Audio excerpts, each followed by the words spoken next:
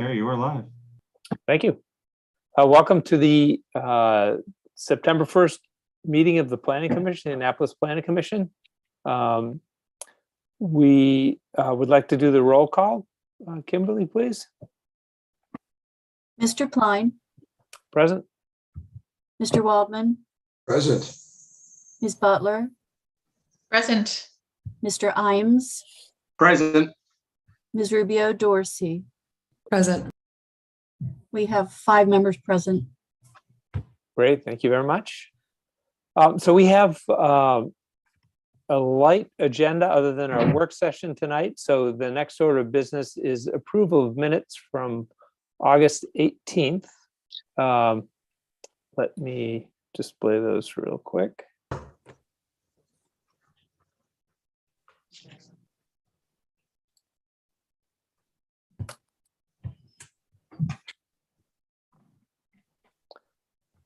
So in our last meeting, we had essentially approval of two items from a month ago in Eastport, and those were approved. We adjourned. We had a work session on the Willows special mix plan development. Then we reconvened, and had 2 discussion topics. I'd entertain a motion to approve these minutes. I have a quick question. Hey, I listened to the meeting, and for the special mix plan development of 58 affordable dwelling units, the Willows, it said and business incubator space, and I didn't hear that mentioned at all. Is that part of the plan? It wasn't mentioned. They have a it's on the first floor of one of their buildings. It's shown on one of the floor plans that you were sent. And but they're coming back for a continued work session at the next meeting. So you'd have the opportunity at the next meeting to ask questions about how that would function if you so chose. Right. Okay, I think it was just wanted to make sure it was relatively the right. undefined. Yeah. Right. Yeah, I just wanted to make sure it was the right project that we were talking about that didn't get inserted by mistake. Okay, perfect. Thanks. Got it. Okay, I would entertain a motion to approve these minutes. So move. Second. Any further discussion? All in favor, say aye. Aye. Aye. Any dissensions or abstentions? Great, these minutes are approved. Okay, so our agenda takes us, that was the only item of business we had on the agenda. And at this point, I would entertain a motion to adjourn. I'll make a motion So to moved. adjourn. A second? I'll second. Okay, any discussion? I just received a message from Tom Sfakianudis, who is says that he just got out of a school responsibility and he's about to log on. Okay. Perhaps Ms. Consoli, or the minutes would reflect that Tom joined. You'll see if he does join, that you might add that to the minutes. Okay. Yes, sir. Thanks. Thanks. Okay, and so I'll just add the comment on the motion to adjourn that anybody who's watching, please stay on because we will be going into a work session. So all in favor of adjourning, say aye. Aye. Aye. Great. So I declare the meeting adjourned. And so let me just make a comment in light of maybe controversy or misunderstanding about the prior work session from the last meeting. I just wanted to reiterate a little bit about work sessions. And these are essentially off-the-record discussions with developers who are planning on bringing projects to us. These are not applications that have been submitted. They generally are things that are in development. And these off the record work sessions are a way for them to get feedback from us. And often, as we are wont to do, is we provide real feedback. And some of it can be critical, but now's the time to do that before a lot of effort gets expended in doing, really detailed engineering and that kind of stuff. And in general, the earlier projects have work sessions with us, the earlier any feedback we give can be incorporated. So, how we discuss these things shouldn't be taken as an indication of how we might rule on any particular application. It's just an opportunity for us to see preliminary plans and give feedback at a time when changes are much more easy to make.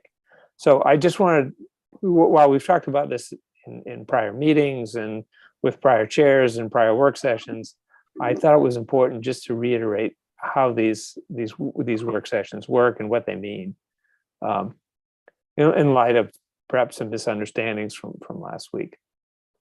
So anyway, at this point, I know staff, Tom Smith would like to give some opening remarks before we entertain the discussion with developers. So take it away, Tom.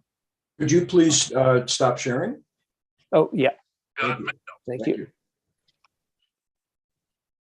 Thank you, Chairman Pline. The members of the commission should have received a notebook that had, I think, approximately 50 plus pages of exhibits in it, as well as an electronic copy of what the applicant intends to present this evening.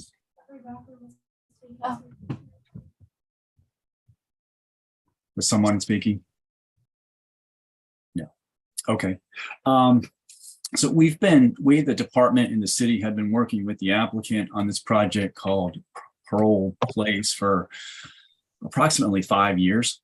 It's been a very collaborative process. There's been a number of changes. The commission did have a work session on this pre-COVID. I don't remember the exact date. Mr. Hyatt may be able to help me with that. But I think since that time, the project has changed architects, and quite a bit has changed in working with the community. We've had a number of community meetings and input whereby we have changed the mixed-use building in its number of stories and its aesthetic. The parking structure has been changed to a parking deck.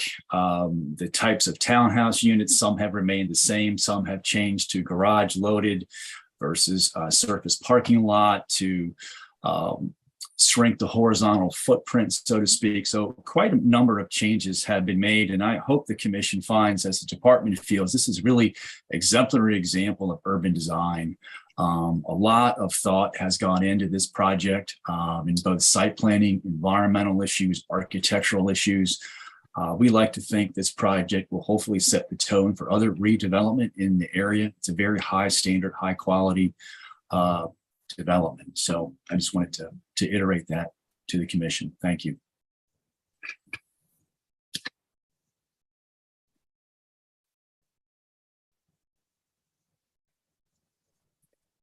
That's all I have, Mr. Chairman.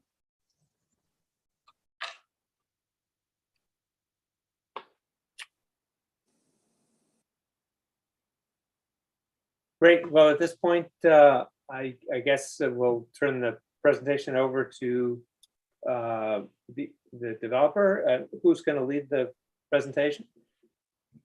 Mr. Chairman, I'm going to start, but I'm going to hand it over to Stephen Hyatt momentarily. I just want to say that I'm familiar with the work session process. I've been through several, let's say, over the years, and we have often had work sessions and then have returned with revisions, and so I understand the process. And this is, in fact, one of those types of matters where we have been in front of you in a work session, and we have gone back and made a number of revisions. As Mr. Smith indicated, we have had collaboration with the community, and I think that hopefully you will see that that this proposal is something that the comprehensive plan describes and is seeking to have at a location like this. What we are trying to provide here is a mix of uses. We have apartments proposed, we have townhomes, and we have what we think is an interesting mix of retail, and that should be attractive to the community. And we have a site that, it's not aesthetically pleasing right now. There's a 1960 something structure on the property. There's a popular restaurant there, Sin Fronteras, but there's also a package store that probably is not favored in the community, and then another retail establishment, a hair facility. And there, since this was built in the 60s, there's no stormwater management practices on site. The overall site has lots of environmental difficulties that we think we're going to solve. It's a kudzu forest is what it is. It's amazing. If you ever walk back there to see something like that is just, it's been all the vegetation has been overrun by this kudzu. So we have really painstakingly worked with the staff and have gotten feedback. We have brought Hammond Wilson on to the team tonight. They're here. We have our civil engineer, Wayne Newton, here from Messick, and our landscape architect, Jordan Crabtree, that's with us. And it has been a monumental effort on our part to make this work, to make this attractive, to make this look like it is an appropriate project for the location. And we certainly hope you like it. And with that, I will turn it over to Stephen. Great. Can you all hear me? Yes, sir. Well, good evening, Mr. Chairman, members of the commission. Tom, thank you for your introduction. And I just want to thank you also for your effort and feedback and collaboration over the last, let's call it 5 years or so. I'm just going to give you a brief background. My colleague and esteemed father, in no particular order, still some of my thunder here, but this project really started with the gradual assembly of parcels over the last 22 years. And you heard Alan say that it's dated, no stormwater management, and the forest area, which I use that term loosely here, is almost entirely covered, as you'll see shortly, with kudzu and other invasive species. Did a site visit a couple weeks ago with our landscape architect and Mike Labasco, our environmental expert and arborist, and we couldn't even move through most of the property. It was so overgrown with invasive species. But we're going to fix that. Our vision is to turn this property into a unique, thriving, community-oriented mixed-use project. As Tom said, we did have a prior work session before COVID. And since that time, we've gathered a significant amount of community feedback and feedback from Tom and his staff. And we've incorporated that feedback into the latest design that you've all seen in the presentation package. And these elements, the architecture, the landscape, the layout, everything has been carefully considered so that it's consistent with the existing comprehensive plan, but also with what's being proposed in the updated comprehensive plan. This project's by far one of the more environmentally conscious projects currently before the city in regards to mitigating and minimizing our environmental impact, which we're doing in traditional and some creative ways, as you'll see. We have incorporated multimodal access by activating streetscapes for pedestrians. We're providing ample bike access and storage, as you'll see. I would say probably more bike access and storage than probably anywhere else in the city. And the vehicular access is safe. As Tom mentioned, we heard from the community that they didn't want a garage here, which is understandable for safety reasons. So we were very particular and careful in creating a platform, a deck that's open on all sides. It's going to be well lit, and it really mitigates, I would say, all of those safety concerns. And again, the urban nature of the city was a big factor in our architectural and landscape design elements. We really, I think we incorporated a lot of the characteristics of the surrounding communities, but also communities throughout Annapolis to really just grab the urban character of our great city. So the goals of this project are really twofold: to create an environmentally friendly community gathering place for all, which we believe we've done that, and also to provide a variety of housing options to fill what I'll call, and some of you might be familiar with the term, the missing middle. You know, we're not the town center where there's high dollar rent apartments and condos, but we're also not going to be tax credit affordable housing. We're going to be somewhere in between, providing predominantly one bedroom and studio style apartments, situated in an area near a lot of employment centers and employers for the average hardworking Annapolitan, teachers, nurses, restaurant workers, etc. And we're very proud of the design that we're sharing with you tonight.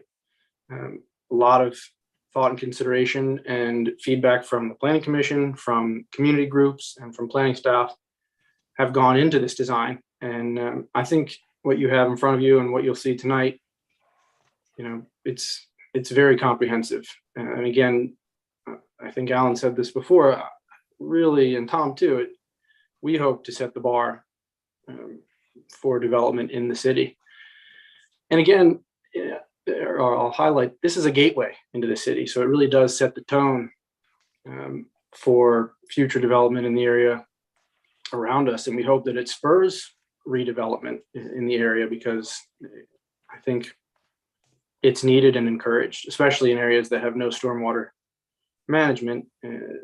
We're going to be really stepping that up. So with that, I have Andrew Fishback handling our presentation, but I'm going to turn it over first to our civil engineers, Messick and Associates. I believe we have Wayne Newton and Bob Noth, who are going to walk you through our site plan. The site plan that we submitted, notice after the fact, it doesn't exactly reflect what's in the current plans, but we will update that for future submissions, obviously. But with that, Wayne, I will hand it over to you. Before we get going, just as a administrative point here,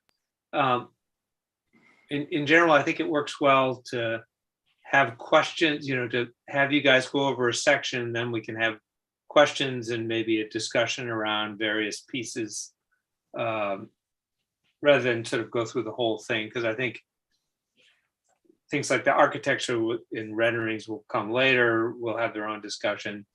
The site plan, et cetera, I think might have its own discussion. Does that sound reasonable to you? Sure, I think that's fair. If there's a response that's going to get covered in a later presentation, I'll give that as the response, I guess. But yeah, I think that's fair. I definitely don't want to lose the opportunity to get timely feedback from you all. So that works. Good, thanks. Great, Wayne, take it away. All right, thank you, Stephen. Everyone can hear me, I assume? Okay, great. Yep. So what you're looking at on this page that Andrew has up right now is basically the boundaries of the property. It's the existing conditions plan. The property itself is bounded on the west side by Old Solomon's Island Road, on the north side by Forest Drive, on the south by the Neal Farm subdivision, which was recently completed by Williamsburg Builders, and on the east side by the Allen Apartments. So it's generally located at the intersection of Old Solomon's Island Road and Forest Drive. As Alan discussed, there's a restaurant, there's a package store, there's a hair salon, and a ton of kudzu. So you'll see more of that as we get into the rest of the presentation. Can you go to the site plan, please, Andrew? So this is the proposed site plan. You'll see 3 general, what I call pods of development. On the corner of Old Solomon's Island Road and Forest Drive, you see the mix of apartments and retail that Alan and Stephen spoke of to kind of set that corner and pull that corner towards the street and set the tone of the development. And you'll see more about that when Leo comes on. Behind that, you can see the parking deck that they spoke of, the open deck there that will support the commercial and the residential for that portion. And to the south, you see a pod of townhouses, yep, right there in that area, which is accessed with a joint access off of Solomon's Island Road with the retail. And also, right there, correct. And also will access down at the southern end. It will access the Neal Farm Road, which will give it secondary access. All of the area between there and what I'll call the eastern pod is the area of forest conservation, rec area, and stormwater management, also some stream improvements, which I'll go into in a second, that we're preserving. That is what I will call the more pristine forest, although not pristine, more pristine forest. You're generally working within the limits of the existing cleared and invasive filled areas. And the areas you see here for the development are those areas. So if you go to the eastern side, Andrew, you'll see another pod of townhouses over there. Again, working outside the wooded areas in the existing cleared area. Those townhouses are accessed off of Forest Drive. In the center of the property, right in the middle of that forest area, right there, there is today, due to a storm drain outfall that exists there today, there is an eroded portion of that stream. We are providing improvement of that, stabilization of that, and that's the stream restoration portion of the project I'm talking about. Along with that, you've heard a couple mentions of kudzu. I won't go into the details of that. I'll let someone else do that. But as far as clearing, we are clearing less than an acre, and we are replanting on site. From a stormwater management perspective, you've heard the conversation that there is no stormwater management today. This is a 1960s retail corner where no stormwater management exists today. And in fact, in the proposed condition, we're putting in 40 plus stormwater management devices to control runoff and provide the ESD volumes and management required. So we think that's a huge improvement. In that stormwater management, we are of course doing 125% management that is required by the city code. As we get into final detailed design, if we can do more, we will. What we have computed today is at least 125%. The stormwater management that's being completed or installed will be a mixture of stormwater management ponds, bioretention devices, and swales to match the current ESD design parameters and requirements of the state manual. As I said, reforestation will be done on site. We will be replacing on a one-to-one or on the table 17-09070 basis in the code. It talks about replacement requirements for each individual tree. We will do that assessment. We will be placing that on site through a variety of methods. We have some areas that are currently filled with invasives, which we're going to clean out, which you've heard about. We're going to improve that. We're going to take care of that, and we will reforest those areas. There's several of them. There's one right near behind the dumpster pad, Andrew, if you can show where that is. Right there. Yep. There's an area right there on the top of that hill, which is full of invasives. You'll see those pictures here in a minute. We're going to clean that area out. Even though we're not using it for hard structures, we're going to clean that area out and reforest it. There's an area also along the eastern side behind the townhouses, between the townhouses and the stream, where we'll do the same. Right there. There's an area that's up on top of that hill where it was previously lawn. It's been covered with invasives. We'll clean that out. We're going to reforest that area. There's also on the southern side some smaller pockets behind those townhouses along Neal Farm Road, right in there, where we have opportunities to provide reforestation and clear out the invasives and prevent what is currently occurring, and that is forest takeover by these invasives. In the last 5 years working on this project, the forest edge has been pulled back. It's been inundated with invasives, and we're losing forest. We're hoping that when we finish this project, we can stop that. We believe we can, and that's the purpose of the invasive mitigation we're doing and the reforestation. So from an environmental perspective, we believe this is doing all the right things. We are adding stormwater where there is none. We are adding forest where there is none. And we are saving the forest surrounding the central stream and providing stream mitigation to benefit the environment. So if there's any questions on the civil end, I'd be happy to take them. What is the, you pointed out a storm drain in the center of that, in the center of the center. Yeah. What's there and what function does it serve and what would you do to change it, if anything? Today, there is a head cut there, if you're familiar with that term. What? A head cut, which is basically a storm drain that's suspended in midair because all the stream underneath of it has been washed out for a certain portion. We are providing armoring and structuring of that outfall to prevent that from occurring, spreading out that runoff and mitigating it so it doesn't continue to extend downstream. That's what we're doing. Will you be extending that drain itself? We will not. Just stabilizing what's already eroded today. Okay. And can you tell me what sort of grade changes are, say, between the end of Allen Drive and that point that you mentioned where the dumpster is?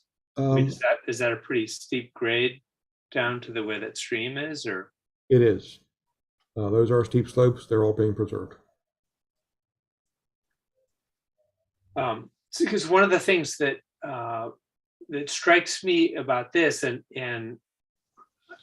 even your term that you used, even sort of makes me bristle a little bit. But I know it's probably just a term of art. But it's the term of pod. And so one of the things that I'm always concerned with in larger developments is the sort of circulation and how people could get from one part of the development to another or to adjacent developments. That's something that, in the last 50 years we've worked really hard at is segregating neighborhoods physically with barriers, so that if you wanted to go from one neighborhood to another neighborhood, you have to go out to a collector or an arterial. Or if you're, in a car, or if you're walking or riding a bike, you still have to go out to the arterial, which is generally not a very nice experience. And so it's one of the reasons I asked about, what's there, and because I'm sort of going to start asking questions about what's possible to be able to connect with, the neighborhoods behind it, and to get from, say, one of the townhouses in the top right pod to the townhouses in the top left pod. Say you had a friend over there, it'd be nice to just walk directly to your friend's house than having to walk out onto Forest Drive, even if there's a sidewalk or whatever. So that's the thing that sort of strikes me about what I see here at the moment. And I like I said, I don't know the topography personally there, because you can't really see it unless you've gone back there. But that's something I'd really be looking for is, ideally you'd sort of knit a grid of streets in here, and that would integrate well with Neal Farms. But given the topography, maybe the best you could do is a walking path or something that you could walk or ride a bike. So I'm interested to hear more about what could be done to make access between these different features of the overall development better.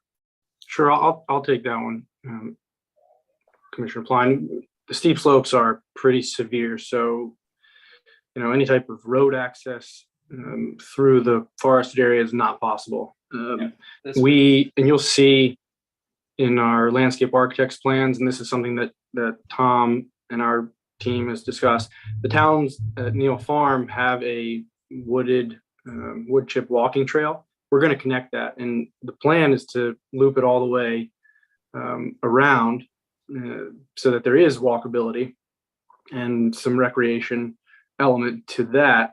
You know, we tried to acquire that separate lot in the house, Andrew, at the top there on Forest Drive. We've made several attempts. I think it's one of those cases where they were holdout and knew if we wanted to connect it, we would pay whatever. Well, you know, we're not just going to blindly throw money at it. And I think reasonably so. The sidewalks, as you'll see, are going to be vastly improved and really activated to encourage people to use the sidewalks. And I totally understand the want and the practicality of connecting these areas, but I think that you'll see the sidewalk's going to be pretty encouraging to pedestrian access. And, you know, between these two projects, Towns at Neal Farm and our projects, you know, we lined our streets up. We made it a point to line up the walking paths so that they would be integrated, because we're not building this thing in a vacuum. We know that, and we want to bring people here. Again, one of the concepts that we've discussed is having a, you know, food hall type use where it's a community gathering place, and the hope is people walk there and bike there from nearby communities. And, you know, in order to do that, we've contemplated, you know, how's a car going to turn here? How's a truck going to turn here? Are they going to have a line of sight? Where are they going to bike? Is there a speed bump in the way? Can they bike up this grade? You know, these are all factors that we've considered in coming up with this design. In a perfect world, we'd like the city to use their police power of eminent domain to get us that property, but, you know, we're not going to go down that road. I have a quick question just about the interconnection or interconnectability here on Allen Drive then. So the parcel ends right there. You have a barrier to the Allen Drive, and right there. Was that not possible to integrate with the existing street the same way that was on the new development on the south? I'm sorry, I think there's a pretty significant grade change there. And I'll defer back to Wayne on the topography map, but I think it drops pretty severely. So you'd have to, I'm not quite sure how you would actually make that connection. I think that's why you can see the road actually stops pretty far back on Allen Drive from that forested area. What's the paper street, Link Street. So it was never actually built because I don't think it could be built. Yeah, you're exactly right, Stephen. There's a severe drop there, which would not allow that connection. All right, thank you. Well, wait a minute. You have, and I'm looking at CV6. I'm going to bring up CV6. There you go. Yes, right where your hand is, there's this little parking lot, and that's where it would access Allen Drive. So clearly something can be built there. It's like, right? Are you telling me that, what are you telling me about? I mean, you're building townhomes all the way to Allen Drive. So clearly whatever changes there, because I mean, this gets to be important because I'll make some comments later about exactly that place that Ms. Rubio Dorsey just focused in on. So you're telling me you can't build anything where that little parking pad is? Well, we can build, first of all, that site's, it's currently cleared now. It's flat enough, it's sloped, but it's not a steep slope. And in regards to where we can build, we have our steep slope buffer. And if you, I don't know if Andrew, if you can zoom in there, less than several feet from the end of that parking pad, you can see the grade changes extremely significantly. I mean, those topography lines it goes from, let's see, I'm looking, it's like 64 feet down to 50 feet in, just a few steps. So, I mean, no, I don't think, and Wayne, being the civil expert here, can tell us, but I don't think an actual connection would be possible through that ravine. Now, I'm not talking about through the ravine. I'm talking about the grade change where unit 51 is, right? Mm-hmm. Directly across the street. It's only 1 foot, 2 foot change. I mean, you could bring unit 52 right down, towards almost directly across 51.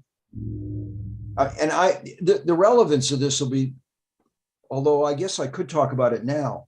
Sure. You zoom out a little bit, please. Yeah, here's one of my thoughts, picking up on both. Can I use first names, Teresa and Yes, Alex? Please. Thanks. What strikes me in terms of connectivity is you really want to be able to walk across, as Alex said, from one side to the other. You want to be able to walk across to get to the grocery, whatever you're going to put in the retail center. One of the things that strikes me is if you take units 54, 51, and 52 and move them down, okay, and then change that parking pad to where it's between them, and then have your path come off there, it's a kind of a central place for everybody to get to easily and walk to where they want to get to the other side. Further up north, I guess that is, you know, there has to be you're going to have to come around the property you didn't buy in order to get into the center, and there needs to be a walking path there. One of the things that strikes me about this thing as a whole is that there's no gathering place. And unfortunately, the one place, when I'm looking at it without the topography, the one place that really makes sense is right where that outfall is, or headbutt, I think is what Mr. Newton. Head cut. Oh, head cut. I thought it was a headbutt, man. I mean, that's the central place. And that's where your little playground and your little park, needs to be. And I can weigh in as to why I brought that up. It just seems like there's a lot of effort and work that went into making sure the connectivity to the new developments that are occurring, which was great, right? Being able to bring everyone to the central gathering place of the retail space and so on. But this just seems like a very closed off to the existing neighborhoods. And so I'm trying to figure out why, if it's possible to accommodate, but I'm also wondering if this development is being built for future residents and not the existing neighborhoods. And so I'm just a little concerned just on, what could have been done or what other opportunities is there to tap in or to connect to the existing neighborhoods.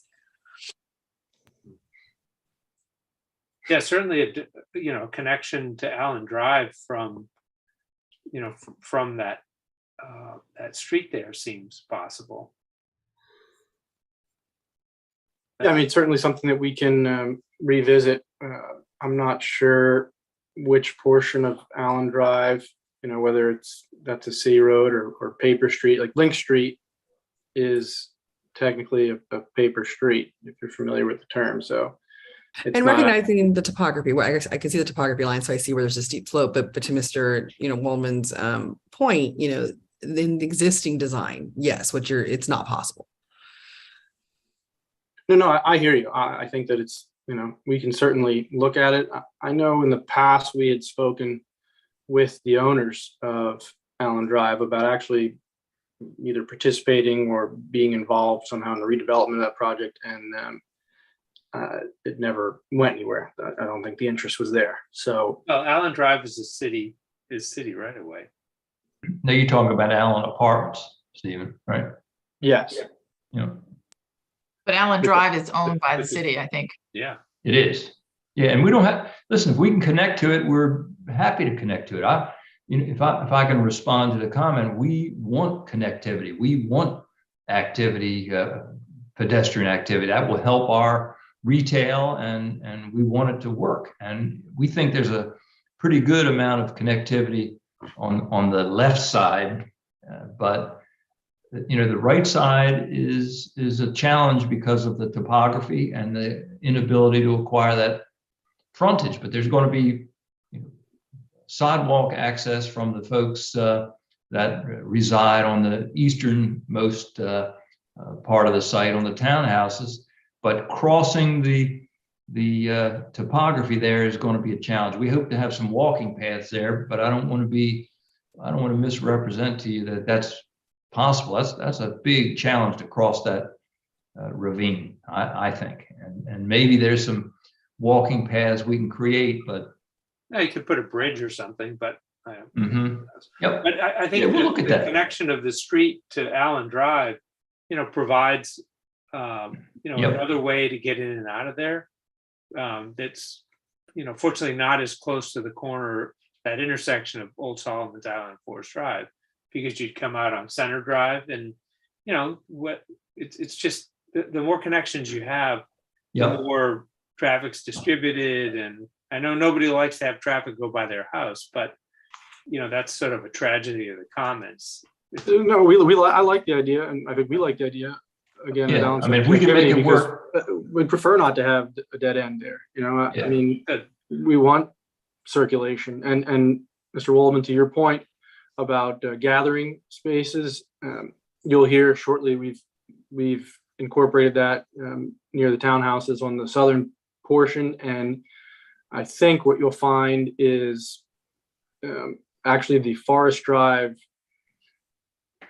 like the street face, the stairs, the seating area.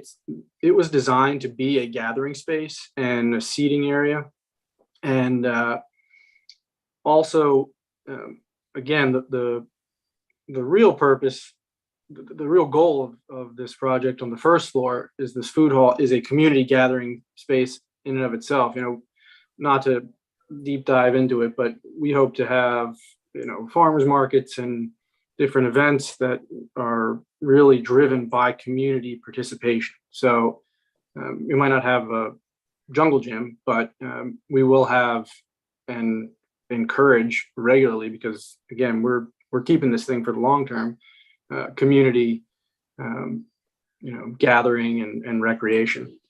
But we're going to look into all this, and this is, appreciate this feedback. This is exactly the kind of thing we want to do. We wanted to gather from you, but we do have a good bit of information to go over. Is there anything else on the civil plans? Or Yeah. Because this is the grand design. What strikes me is that, still on the same subject, is that you want to have a really nice walking path for all of the buildings up here on this upper, the whole pod no, not there. What we've just been talking about. Yeah, you really want a nice walking path. You don't own that property, so you got to come right south of, or where's the north south? Yeah, right south of that property. Okay. What if you took the two townhouses that are isolated out there in Forest Drive and you flip them so that they're basically parallel with the ones you're right below them? Okay. And then you split that whole string and it's not good to have long strings of townhomes. What if you split it at like 2, 3, 4 or 5, and you put a nice walkway in that connects up, goes all the way across above that drainage thing. Maybe you have to build a footbridge. I know that's not that big of a deal, but it's a really nice walkway and it will absorb all of that walking from there. And when you're talking about connectivity, people from Allen will come and want to use that walkway. So you need to think about how that walkway will connect behind that pod. So what I'm talking about is flipping the upper two and then separating it into two separate things so that you have an entryway to the walkway across to the retail. Sure. Okay. Yeah, no, and I think that when we get to our landscape architects plans, you'll see in there, they've laid out the proposed walking path. I have. Again, it's just a actual, the path itself. We don't know what it's going to be made of, because again, it is in steep slopes and we might have a footbridge or something, but the connectivity is there. I mean, the concept is there. We've got to fine tune it, but you'll see the path. It's really okay. Of course I've looked at it. No, anyway, but I've seen, I sort of see these things and you want that flow to work. And in order to do that, you may have to move some things around, which is exactly why you're here. You got it. Okay. Thank you.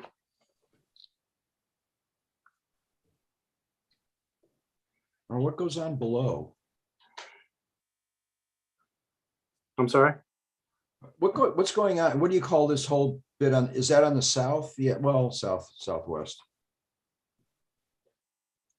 Yeah. Those townhouses? Well, can you kind of describe what you're trying to accomplish here and Right front on the street. what some of the They front on the typographical existing limitations are? townhouses across from them. Right. And so you're using that Town Farms street, right? Correct.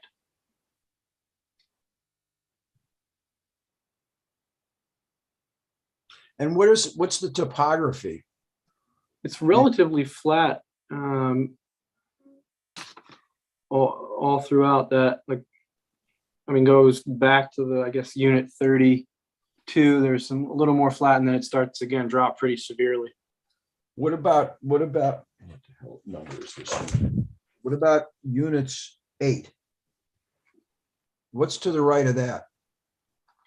So in between 8 and 24, I think we can have some gathering space, some flatter green, like a little, I guess you'd call it a pocket park. There's definitely potential for that. Yeah, I see. That's flat. Yep, or Flat. flatter, yes. Okay. All right. Okay. I'm sorry to interrupt. No, thank you. Unless other commissioners have questions on the site plan. And again, we have the site plan thrown in again in a couple of different places just to kind of revisit where things are for context, but a good amount to cover. I think I'd like to get our other consultants on the horn here to share their work. Yeah. Great. Well, I'm going to have our landscape architect with the firm Lock Collective, Jordan Crabtree, go through and in his presentation. So Jordan, please take it away. Thanks, Stephen. Thanks, Planning Commission, and everyone for having us. Appreciate everyone giving feedback. You guys hear me okay? Yes. Great. Okay, so hopefully this will talk to a lot of the questions we were just going through and give a little bit more detail and flush out the connections, the connectivity, even kind of going through some of the topography. So the next few slides we're going to go through first kind of show what is there in a more visual, simplified way. So we did take drone photography through the whole site. And so we're just going to walk through slide by slide, and I'll talk about the different factors that we're facing and what we're up against on the site, and then how we want to improve that finally. Mind clicking, Andrew?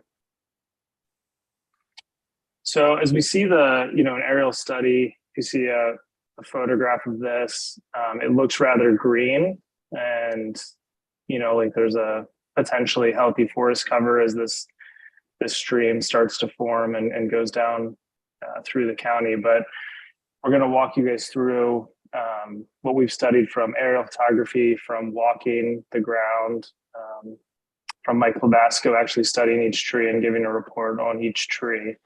And then not only the trees that are there, but what is going on with the plant species at the ground plane, and then also up in the canopy, because the canopy of these trees is infested with invasive species.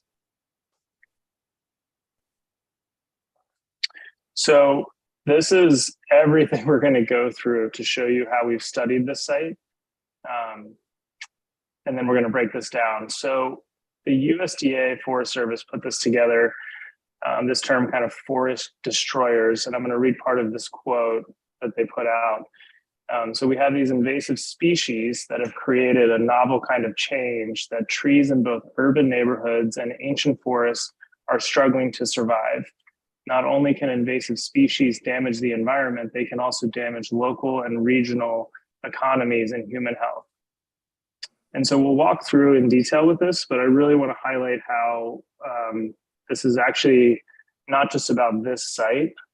So cleaning up this large parcel will really contribute to the greater area, greater region, that we're not having this blooming place of invasive species. And so creating a place where that isn't existing allows native species of in the animal families, in the insect families, to come back and actually live, because they can't find any habitats currently and what's going on the site.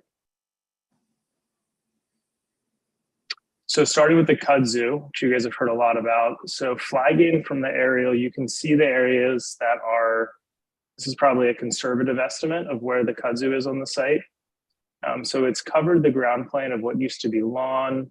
It's gone over asphalt, but mainly it's gone over the forest. So it's climbed in some places 125 feet up into the trees. It's created kind of these, I don't know if it's stalactite or stalagmites of these trees where it's just destroyed them and there's just totems left at this point.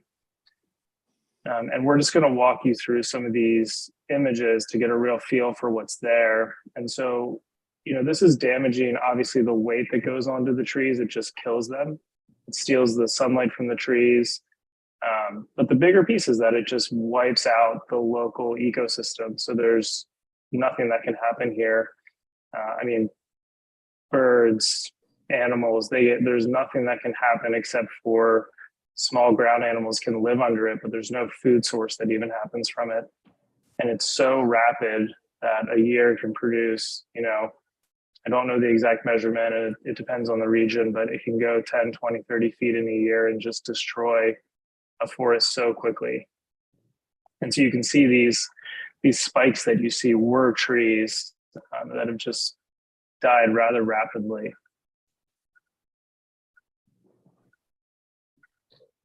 Just a for little better context, view. yeah, for context, you're looking, the towns in the back, that's those are the towns at Neal Farm. Yeah, in the main corner of the retail will be to the screen right for you. So you can see how these two main kudzu fields, and really there's a third one all the way to the image top right that have just been taking over the forest.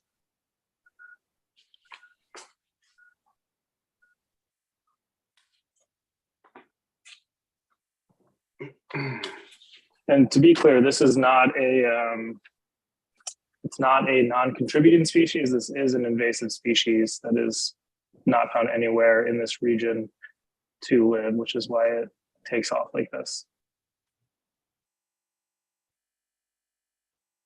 And so following this, it's not just the problem of this single species that's destroyed it. So specifically, Mike Lavasco, Stephen, and I, just about a month ago, we walked through the entire site, through the forest. We were able to walk through these regions that are in orange because the kudzu, it's impossible. And this is a small list of the invasives. I'm sure there are more. And I'm going to read through some of these species that some of you may be familiar with. So English ivy is growing up so many of the trees that are on the inside of the forest. The Chinese trumpet vine, both of these choke out the canopies as well. Bittersweet, periwinkle, wineberry, they're covering kind of the ground planes, the Japanese honeysuckle. Some of these trees that look green and lush from this aerial are actually tree of heaven, which is extremely invasive in the sense that when one of these trees blooms, it spreads its seed, you know, a mile away. It just casts such a far invasive spread so quickly. So again, we really want to tackle this site to help the larger ecosystem and community of Annapolis. And there's a few more, you know, there are tree species and Japanese knotweed that are coming through. And so we'll walk you through what this looks like on the site with various images. And so this is non-kudzu species that are kind of spreading through the understory. They're also destroying what used to be forest. You can see the gaps here that have come out. We can keep going, Andrew. We can see more into the forest. You can see where vines are creeping up, the English ivy just going up. I mean, it's hard to even make out what's going on in some of these photos. It was that thick we were walking through. And I mean, the English ivy is rampant.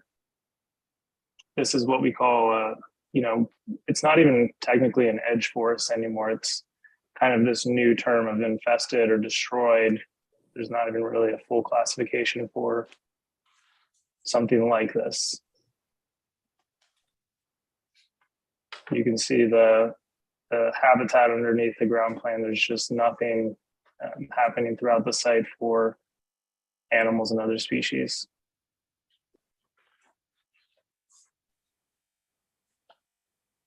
And so studying the significant trees on the site, Mike and his team went through, and I can make space now or after this to go through with Mike, but he went through every tree. It was in 2016 they did their first go through the site, and then we just went through it again over the last month and identified trees and where they were in their in health. And so some of the trees within this time period have just died from the infestation of kudzu and these invasive species.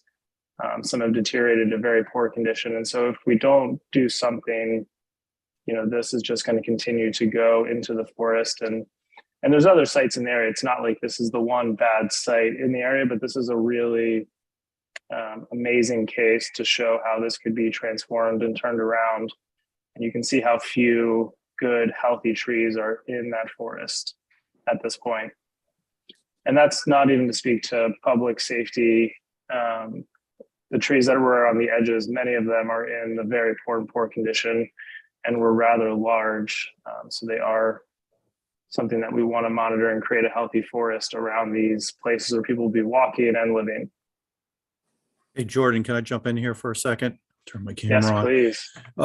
Yeah, you'll notice that a lot of the trees that are green marked as good are tending to be down in the bottom of the stream valley. The amount of invasive cover is generally less down in that area, but as you come up out of that stream valley, the invasive cover gets much higher. In a lot of areas, it was greater than 90% cover, and that's throughout the entire forest, from the floor up through the trees up into the canopy. And it's really putting strain and stress on the forest community there and adversely affecting it. And one other item I wanted to point out, yes, there is tree of heaven in here, which is the host tree for the spotted lanternfly, which is a rapidly spreading invasive species in northern Maryland, working its way down, and it's going to be virtually unstoppable. So that's definitely one species you want to get rid of.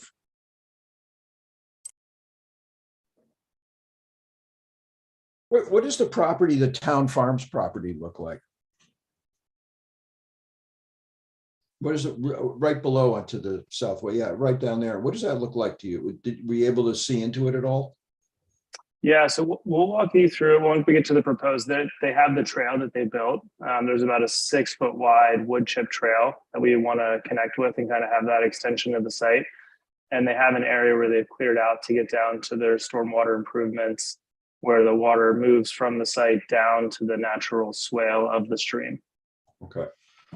So Yeah, in other words, if you spent a lot of money and cleared off a lot of this left, it wouldn't just butt up against a completely unkept forest. I mean, yeah, that's my concern, is that you do all the work, but next door is a bad neighbor. Well, they've had a. I actually did the. I'm sorry. Yeah. I actually did the work on the property next door, and I did the forest stand delineation on that adjacent property. There is invasives over there, but it's significantly less than what is on this site. Okay. Yeah, I sort of had a similar question to Bob's question. This is interesting to me because I realize how destructive these invasives are. So if you're going to, or you propose to take down about a ½ acre of forest, are you also planning to remove the invasive species around the remaining forest? We are. So there's a big invasive species removal project that goes along with this. Correct. Okay, and then if there's an opportunity to work with the Neal Farm forest area and that path, would your invasive species removal potentially work with the Neal Farms invasive species? Because I agree with Mr. Klobasco that getting rid of the tree of heaven, if it exists on the Neal Farms trail up forested area, would be a huge bonus for this project and for the surrounding communities.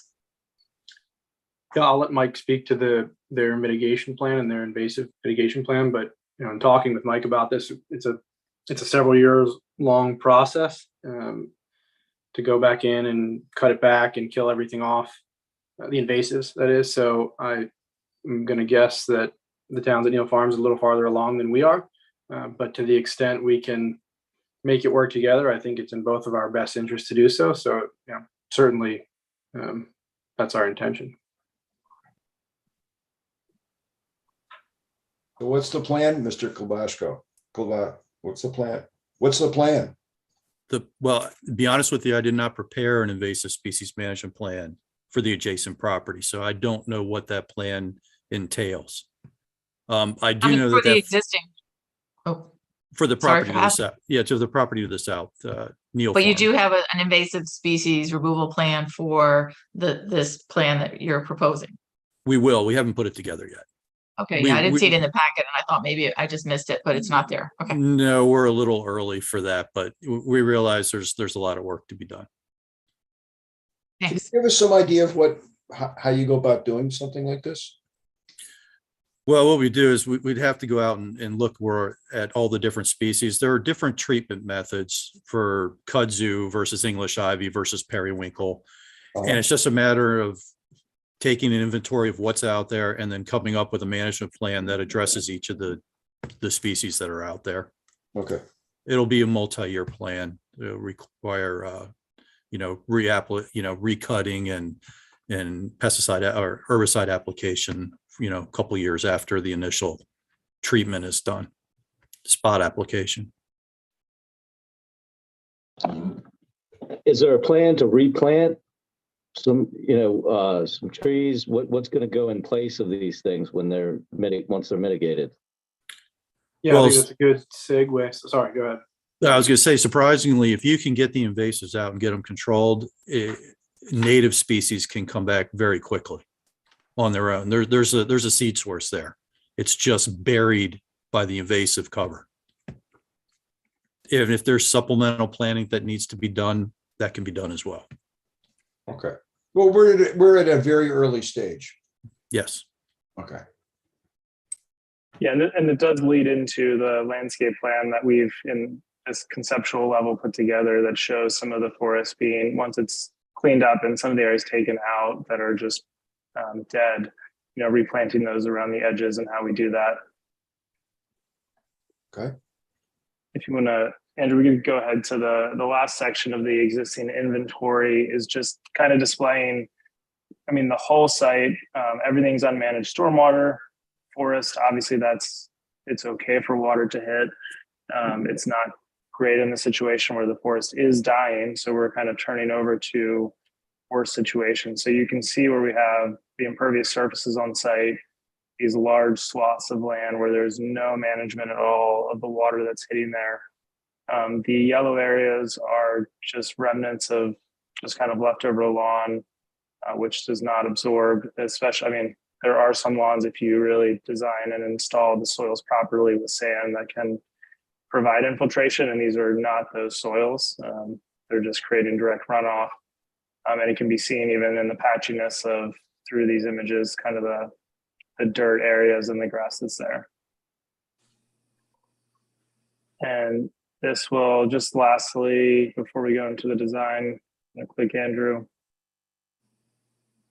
So just kind of coming back to overall this condition that we're kind of looking to, we're not just looking to create the best use of the site for the community from the sense of a design and how we experience these homes and buildings, but also how we create the best interaction with the environment and kind of hopefully setting a tone. As Tom opened this up, we really do want to make this an example for the city and the community. And so we'll jump now into some of the sketches on the master plan before we get into the architecture.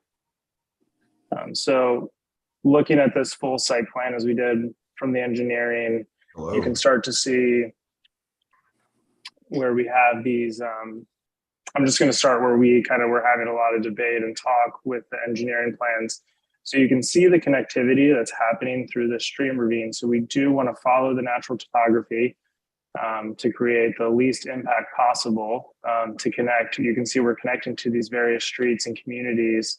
It is extremely steep. We were walking, using our hands to get up some of these areas. We call it scrambling. It's impossible to walk straight up a lot of these slopes. So we do want to create this connectivity.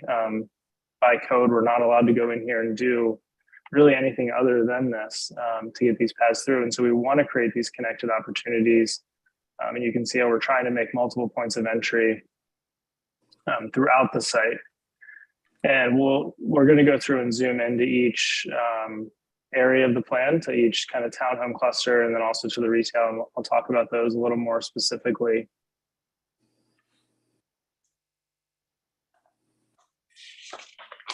So starting with this anchor building at the corner, we've worked very hard, the whole team with Tom, with the city, to kind of really angle the building even and set the building in the right place to the community, to engage the street and the sidewalk in the right way, with the streets coming in at the right elevation. So as we look in this kind of core area that's formed by this building, that's an L, in the center bottom of this, you can see that what is the parking deck. So that is a raised structure. It's simply just one level over parking. So it's open. We have thoughts about potentially adding green structures and green implementations with that, which we're still in the process of fleshing out, but really trying to create these established trees and soil beds to allow canopy to cover this parking as time goes on. If we could go to the next slide, we'll zoom into these Before you do that, areas. Jordan, are you on the if you go back through it, never mind, you cover it in a few slides. Sorry, go ahead. Yep. Yeah, no worries. So I just wanted to start, we'll start on Forest Drive and we'll work our way around this building. So we have this, we call kind of a cascading design that faces the street, and it's really meant to be very open and welcoming. So it's not, you've seen some urban design perhaps where there's a fence or a barrier, or it's raised up by a wall, which, could easily have been done in a design sense. But instead we have a raised terrace right at the building footprint. So by this anchor retail, food market, these retail spaces, restaurants, where you can sit right outside, but then it directly goes down in a stepped increment with these large stairs, and then there'll be staircases that can be navigated, so people can come from the building and occupy down into the space. People walking on the sidewalk can come up at any point. You can see the handicap ramp that meets in the middle of this. So we really are trying to engage the community and the street, and so this really angles back into Forest Drive, into this community that we hope, people just walk and this becomes a gathering space into it, into the retail, and, before they even come into the center portion of this, that it's a really dynamic, engaging space. And through the use of planting trees, that it feels lush, it feels separated from the street, to feel safe.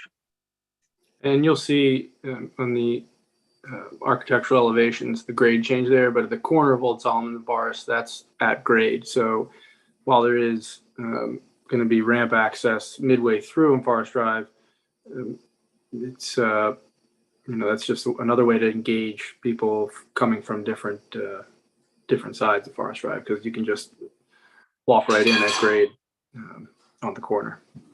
Sorry for interrupting again.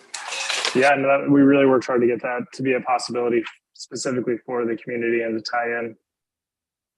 And then we can wrap around to Old Solomon's. And so working with the city, you can see there will be bikes added on the other side, but really providing these entry points. So if people are coming from the direction of the town center or shopping across the way, if they're coming from the townhomes down the road of Old Solomon's, that they can get to the site, leave their bike, and then walk on these pathways. But then we're also providing a very amply wide straight pathway that goes through this street frontage. So people can bring their bikes in and they really feel welcome and comfortable coming into the site.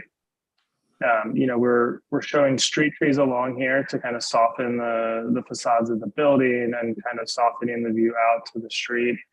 The band of planting that you see against the building, one of our thoughts is that the entrances to these retail spaces potentially could be wood decking, and there would be a soil bank that just continues underneath of them between all of these trees, so we can have really healthy urban street trees instead of placing a tree in a small planter and we just have to replace it in 5 years, or it's stunted to 60% of its growth over time. So we're really trying to give the best case possible. That also contributes to catching water and infiltrating water into the ground system, instead of overloading larger systems that would take up more space. We're trying to integrate it right where the water is coming.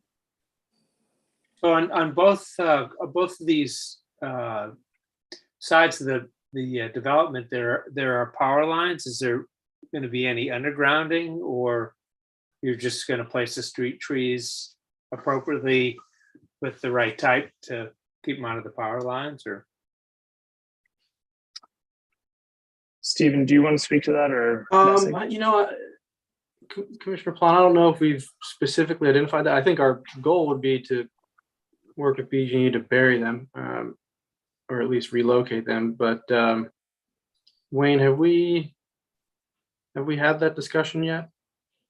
I mean, our preference would be not to have power lines right in front of the building and right through the trees, because we know what damage they can do and how they limit. BG&E comes through and just lops off the tops of the trees, and especially the ones on Forest Drive, or the poles are actually set back probably 10 feet from the curb.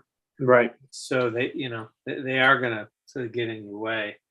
Yeah, I mean, I think, and Alan, I don't know if we've had this discussion yet, but it's certainly on our list of things to address. Yeah, we're going to have to look at it, but it's costly to place them. And we're already on the brink. My biggest worry about this project is, can we afford to build it? Frankly, so I don't know. We'll have to evaluate that, but the trees may have to work around the power lines in some fashion or form. I don't know. I don't want to misrepresent anything to you. Okay, well, you have to consider it anyway. Sure. No, we're going to look at it. If there's a way to do it, it would be our preference. Aesthetically, we'd love not to have them there, but it's big money. Okay, so moving to this interior space, this is an area that we're really excited about. So we're calling this kind of the retail courtyard. And while you see this as parking, if you notice, there are two bands that are crossing the parking, one close to the corner of the building and one right there, the arrow when you come in. And so the idea that there's, whatever the cadence rhythm is, if it's a weekly, farmer's market, or there's monthly events that happen, that we could have these spaces and this kind of become a larger courtyard for people to come and gather. And circulation still works with parking. We don't affect movement into the parking deck or any of those safety features. And these trees, again, we're trying to create these connected soil beds so that they really can thrive, be tall, contribute to the overall canopy of the site, the overall canopy that the city, county are committed to reaching. So we're trying to create as much as we can this green space around the building. We're placing these angular planting beds to try to create the most amount of planting while also getting seating, enough room to move and walk, to be safe and kind of to feel comfortable. We really want people to have, the bike storage is going to be some in the parking deck. We want people to feel comfortable to have the space to move, to stop, come off their bikes, walk through the pedestrian spaces and be able to place those. We're really trying to guide that practice and open up the opportunity through these. And obviously we want this to be beautiful. We want this to be a lush green site, and the ways that we're directing water to these beds, it just helps. I mean, like, doing the right thing only makes it look more beautiful in this case, that we can provide these opportunities. And ideally, for these retail courtyards, we have these kind of larger, we're going to go through some larger recreational spaces that are tied more to the forest, but we want these little park opportunities. Someone uses the term pocket park, but these little gathering spaces that people can sit with 3 or 4 friends or their family and have as resting places throughout the space. Can you go back to where you just were? Yeah, in the interior courtyard slide. It's processing, it looks like. Yeah, hold on one second.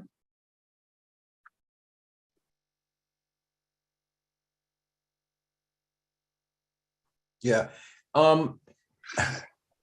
What I don't want to open up the Pandora's box now of parking because it looks like the place may be overparked, but what would be the possibility? I don't need an answer now, but of doing away with the parking spaces that face the building, the parallel spaces that face the building, and turning that into a much broader veranda for better, plaza in a sense, that gives you the flexibility for the kind of events and activities you were talking about, really does begin to create more of a park-like atmosphere where it's actually wide enough that it's useful and still, have access to your businesses. But what about how many spaces, even if not all of them, but like the ones closest to the corner, up in the corner, the ones to the right and below it? What if you just got rid of those spaces and just opened up the sidewalk much bigger? Well, if we could have another couple floors of the parking garage, then No, sure. You're not talking that many spaces. Yeah, we actually explored that in the past, and our solution to that, and I don't know if we have a picture of it, but we can certainly explain it. That the sidewalk area adjacent to the building and that abutting parking is at the same level. It's there won't be a curb. There'll be a materials change, but the goal is to make that relatively uniform without. We've given up a pretty good number of parking spaces to get to where we are today, going through a couple iterations, and I think Jordan's done a really good job of making it possible to use this space as that courtyard. What's the width, Jordan or Andrew or somebody, of the sidewalk there in front of the building? And you might see it better on our architectural renderings, how it's laid out, but it's pretty wide as it stands I believe today. it's about 12 to 15 feet. Well, yes. So it's got some depths where there could be. The goal is to put some tables and umbrellas out there that are incorporated into the food and retail uses. I think you might be right if you want to do it by pavement, but I really think you're focusing in on how useful those spaces would be for different kinds of things. I mean, if you have a restaurant on the corner, you definitely want to, want to be out there. Anyway, I don't know what the parking numbers are, but I could see getting rid of or moving the handicap spaces to the right. Okay. You understand, Mr. Hyatt? Yes, thank you. I would really, really want to grab that space for really active use. Okay. Understood. Enough said.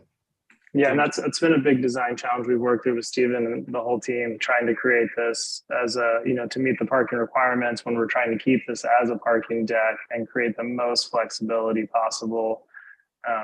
There's a lot of things that will get flushed out and shown as this is developed, but really the curbless system, the idea that people walk back and forth so that when it's transitioned into a food market, an event space, if there's music, whatever it might be, that somebody doesn't feel like they're standing in a parking lot, that they feel like they're in a courtyard more so.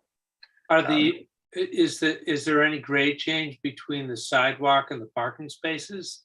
Like, is there a curb, or are they all sort of at the same level that, there's curb stops based on, it's demarked based on the different kind of surface treatment versus height. That makes it sort of feel more like a shared space. Yeah, so it's completely flush. The only thing you can see the curb stops so that vehicles can't, drive into the spaces. So yeah, it is completely flush. Good. It flows into it. Good. And really you can't really see it here, but you'll see it in the other architectural.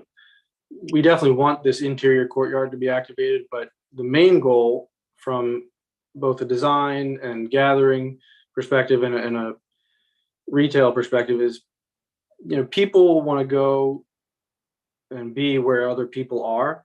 So the main pedestrian activation area is really the Forest Drive side. You can see how wide, you'll see it shortly, how wide that veranda is, and including the terrace steps like that. I mean, I haven't calculated this, and I'm sure we could take a guess, but the goal is to make that area a place where you can just grab lunch and sit on the steps and have a coffee, and you could fit, I mean, dozens, if not hundreds of people out there. It's big enough, and you'll be sitting under shade trees and on these built-in benches. I mean, I'm not sure if any of you have been to the High Line in New York City. I'm not saying we are in New York City, but some of the designs there where you have these, concrete benches and metal planter boxes where people just sit and have a coffee and, chat with friends. Like that's the kind of gathering space that we've designed here.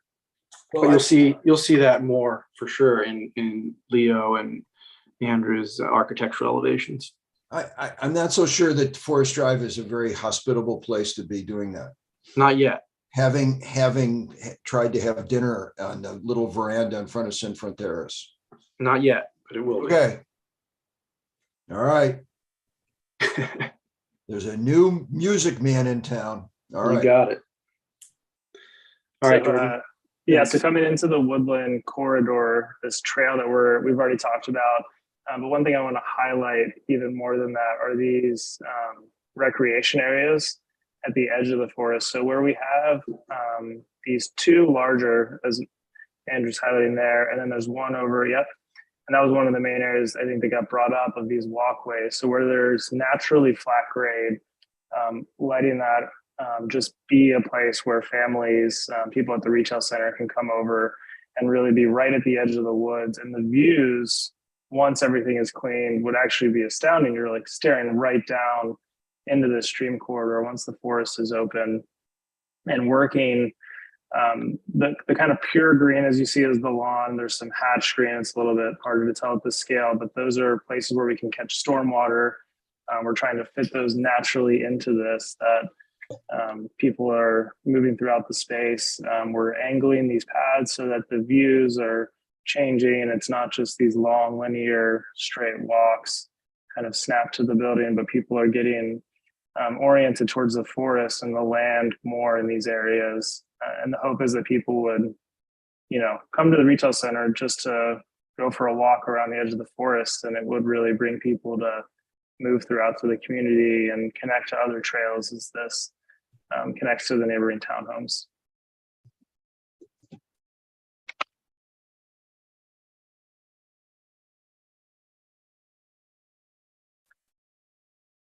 And so you can see this a little bit more, some of the pockets that we're trying to create these recreation areas for townhomes, creating these paths through these backed in parking so that they're facing out to park, they're facing out to the retail center, facing to the street front, creating these desired feelings of the city that we've talked a lot with Tom and the other people in the city involved.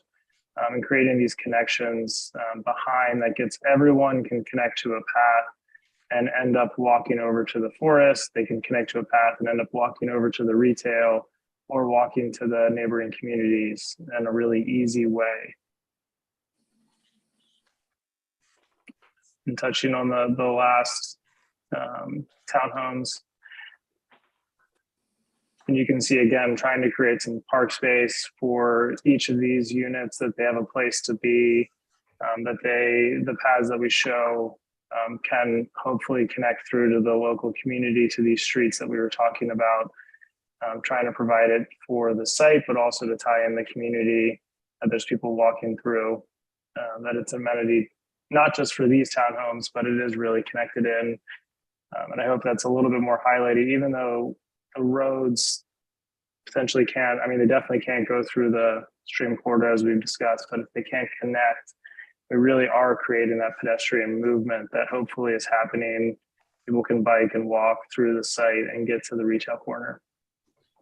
I guess while we're on this subject, one of the things that strikes me are these long rows of townhomes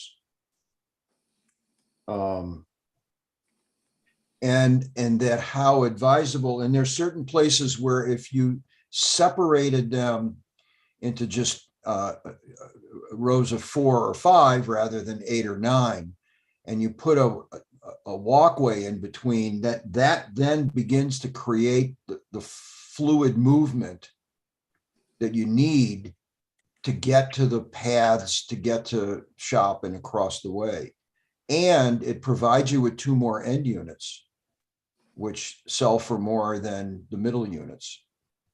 And there's several places, I don't think I need to go over them now, but there's several places where if you simply separated these long sticks, there would be some visual relief and pathway relief and economic relief for the developer. Well, you do have those really tiny little pathways at the Uptown Murray Hill that work really well. Right. And they don't need to be much. No. And you put one bay window on the living room side of, or whatever you call the side in these townhomes, and the front side, and on the facing townhome, you put the bay window more towards the rear, so that they don't look, 2 bay windows don't look directly at each other. Anyway, there are a couple places, I don't need to go over them specifically now. I may just send them along to Tom. Okay, thank you. Well, thank you guys for the time. Mr. Chair, do you mind if I ask a quick question? No, go right ahead. Thank you so much. I may have missed it, but there were, you show Slow as a recreational space. Can you maybe just go into the amenities again that will be included in that recreational space? When I look at this design, and I think this is a great idea and concept, by the way, but when I look at this, it reminds me of the other property just built near Monarch Academy in Ward 3 as well, which we had an opportunity to tour. Not a lot of recreational space. And what was proposed were the walking paths and green space nearby. But again, just keeping in mind that Forest Drive is there and a lot of other busy intersections. Yeah, and we were really centered, if you can see those lawn areas that you see kind of, Andrew, if you can point them out, the townhomes, and yeah, kind of hugging that forest, those are really large swaths. I mean, if you can see how many townhomes would fit in there, they're really large areas together, like big enough that someone's, playing a small game of like pickup soccer or throwing a baseball. We haven't got to the stage of like, are we programming it with any type of like play equipment? But we are really trying to create larger open space and to make it away from vehicular traffic at the roads and also from the site. I think that's one thing you just mentioned. We really, I think that is a different thing here. There's visibility. So for safety, it's at the edge. It's not tucked back in the forest, but it's away from where the cars are and able to be accessed easily. Mr. Chair, can I respond, please? Yeah, please go ahead. Thank you. Thank you, Alderman Gay, for weighing in on this Ward 3 project. One thing I want to mention, I was over at Town Courts yesterday, behind the Dunkin' Donuts next to Monarch, and it was great to see, and I talked with the property manager, that the huge recreational space that is right there at the school, which is within a baseball's throw for a child even, to play on that area. And we remarked that that was one of the great amenities of having Town Courts there, is the about 30 feet from the complex, there is a huge soccer field and some other play area equipment. So we were very pleased when that project was completed and that product was done and is now livable. So that's the one thing I want to mention. The other thing I want to just comment and thank Mr. Hyde and his team for working with us in the Ward 3 community. As he indicated, both Mr. Hydes, we've had several, many meetings and conversations and exchanging of emails over the past 5 years. And when Mr. Hyatt first came to us with this project, we were not pleased.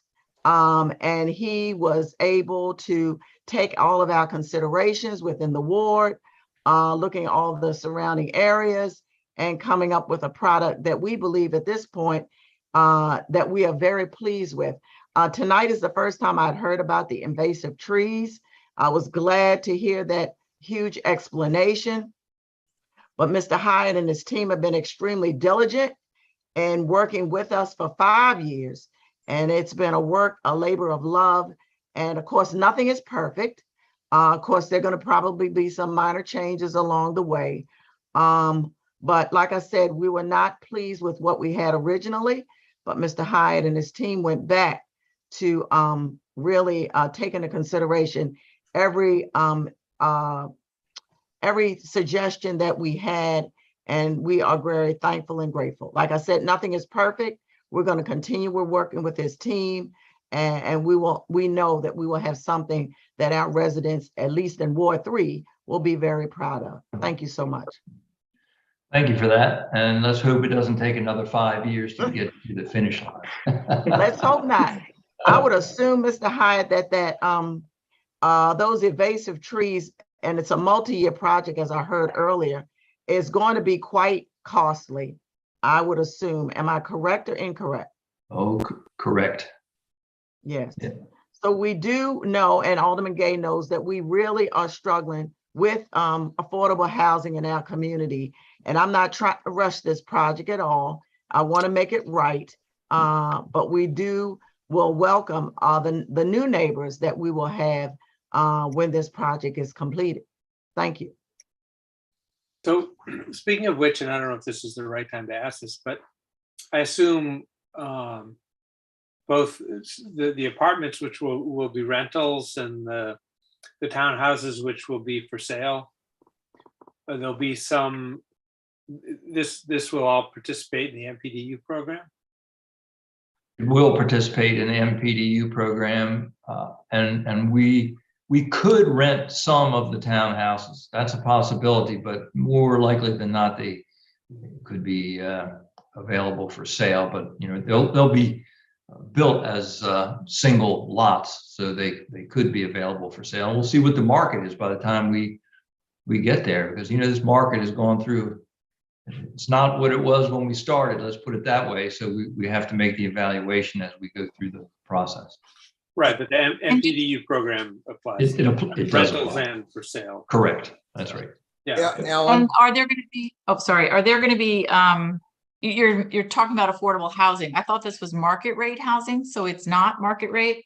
Well, it is market rate, but it's affordable to the extent that this community doesn't have the same amenities as Stephen mentioned. The town center, or the project on Riva Road that has swimming pools and what have you. This is more scaled down housing, and so we will be able to rent this at a lesser rate than the communities that have all of the amenities. And what we're offering, we think, is a very unique and needed product of 1-bedroom and efficiencies. Where can you find that? If you work as a service provider in a restaurant, pretty tough to find a place to live that's affordable. And we think these will be affordable to the people that are in that industry, to the people that work at the hospital. This is a pretty reasonable drive or a bike ride to the hospital, and we think this will generate some occupants that might not be able to afford to live in the higher end, I'll call them, apartment projects that are underway in the county. But there is, if I understand that, there's no commitment to keep these at a lower rate. It's what the market will bear for units like this, of this quality in the area. Mm-hmm. So it's market rate. I just wanted to make sure I understood that. That's true, but this is a product that is going to be affordable compared to what's being built today. That's what we're trying to provide, because we think there's a demand for it. It's not Right, affordable we do too. housing. It's just for this market rate, particular yeah. market. Okay. Right. Yeah, That's right. I'm glad you're participating in the MPDU program. That was one of my questions for later Yeah. on. So They great. can't get grandfathered out, David, so they have to. It's Well, not like they're doing us a favor. we've seen ways people have gotten around things. So it's good. Yes, you're right. But I don't, yeah. One thing I want to mention that's unique about this project, as well as the team that Mr. Hyatt has assembled. Mr. Hyatt's family goes back over 100 years, just like mine. And there's something to be said for the trust value. We trust Mr. Hyatt's ability to work with us. And we can be very blunt and honest between each other when we are not satisfied, or even when we are satisfied. So I think that's extremely important when we come to projects, and at least I can speak for Ward 3. And I think that's extremely important. The trust factor is invaluable. Miss Thank you. Mandel Charles, Yes, sir. what would you change if you could change anything about this project? Well, I will admit to you, Commissioner Wallman, this is not my area of expertise. Okay. And so what I see so far, I like. Now, of course, Mr. Hyde is also going to have another meeting, I'm sure, with the Greater Parole Community Association, where there may be some in that organization who have much more of a professional eye to this than I do. So far, I'm good. Like I said, this is the first time I heard about the invasive trees, and that has been a problem. And of course, the parole community has been around for hundreds of years. When we did the Parole Health Center addition, the title search went back to the 1600s. So this is a very old community. And so I know we have to work around some things that we may not necessarily do always, but Mr. Hyde and I are going to have some more conversations, and we're going to talk about some more things. But I think in the long run, we will all be very satisfied with this, and so will the city. Thank you, Mr. Wallman. I have a question now, but I'm not sure if it's the appropriate time, but I'll ask it real quick so you can think about it for later. You guys have said from an environmental basis, you think you're doing all the right things, which is great. With regards to the parking lot, will there be EV charging stations put in? Do you have any idea how many, or the infrastructure put in place for them? Because we're planning for the future, so we want to make sure that it's done right for the first time. So, what are the plans so far? Well, we'll do an updated parking needs study when we have our final retail mix determined, but recognizing the direction that cars are moving, certainly gonna, if not install them on day one, make sure that the infrastructure is in place to make it an easy add-on. Great. Definitely something we've discussed. Oh yeah, it's definitely been part of the discussion early on.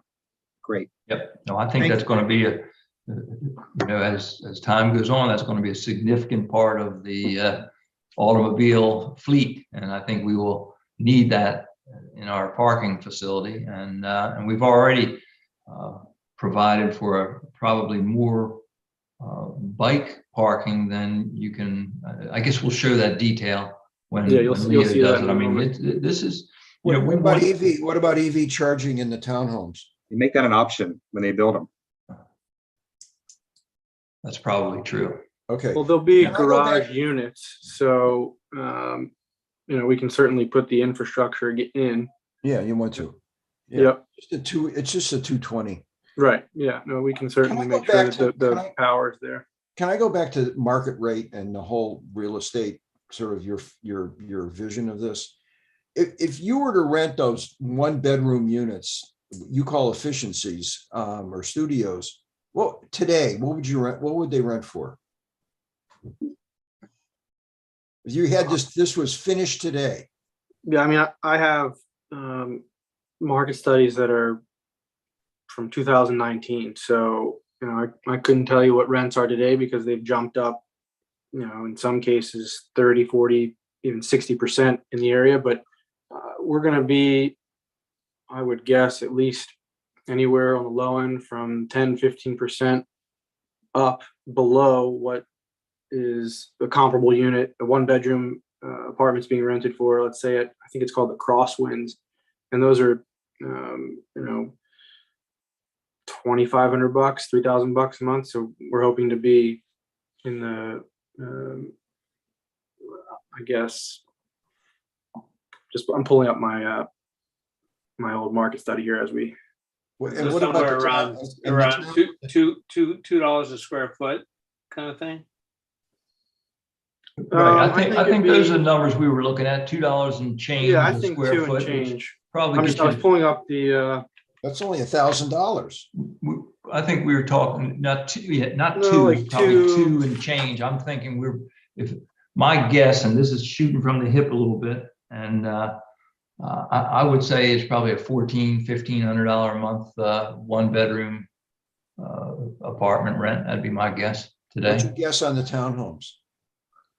If we rented them, Are they for sale, the townhomes? well, you know, we're still debating that, whether, you know, but if they were rented, they're probably pushing 3,000 a month, I would speculate. And if you could sell them today, what would you be selling them for? What range? I would guess they'd be in the upper 4s, I would think, maybe low 5s. That would Okay. be my guess. Okay, Yeah. I understand. But I'm guessing. Don't make that a condition. No. But I'm just, You're not being held to that. okay. All It's right. just to get an idea of like who this is for and what's it being pitched for. Because I get the impression with this, that especially with the townhomes, you're going to have families with children. And as you get into your more final plans, really need to think about where are children going to go and where are teenagers going to go. Those are the things that I constantly see lacking in these developments. Is like, okay, what do people do outside? Okay. We do have quite a bit of space, as Jordan pointed out, on the Right. south I can't wait to side. see I cannot wait to see the final designs, because that's what's going to make this place successful and valuable for decades. If it's, you know what I mean? If it's got a place for kids and teenagers. Right. Yep. Good. And the other thing that occurred to me is on that place, now we were talking parking in the garage. Well, what's the possibility of covering the top floor with solar panels? We looked at that. Deck. Yeah, we are actively exploring that as we speak. We just didn't want to show it because we didn't have a final answer, but we are enough looking at what they did at the community college. So we're on it. And what they're doing at the Hillman garage, and it cools the whole, cools everything up there too. Yep. Okay, good. Enough said. We'll see what you come up with. Great, thank you. I think that's the conclusion of Jordan's plans, and they've been very patient. Your good friend and my pal, Leo Wilson, is going to share their plans, which they have, I will just say we're very proud of it. It's very stellar work they've done. So with that, Andrew, you've been clicking all night. It's your turn.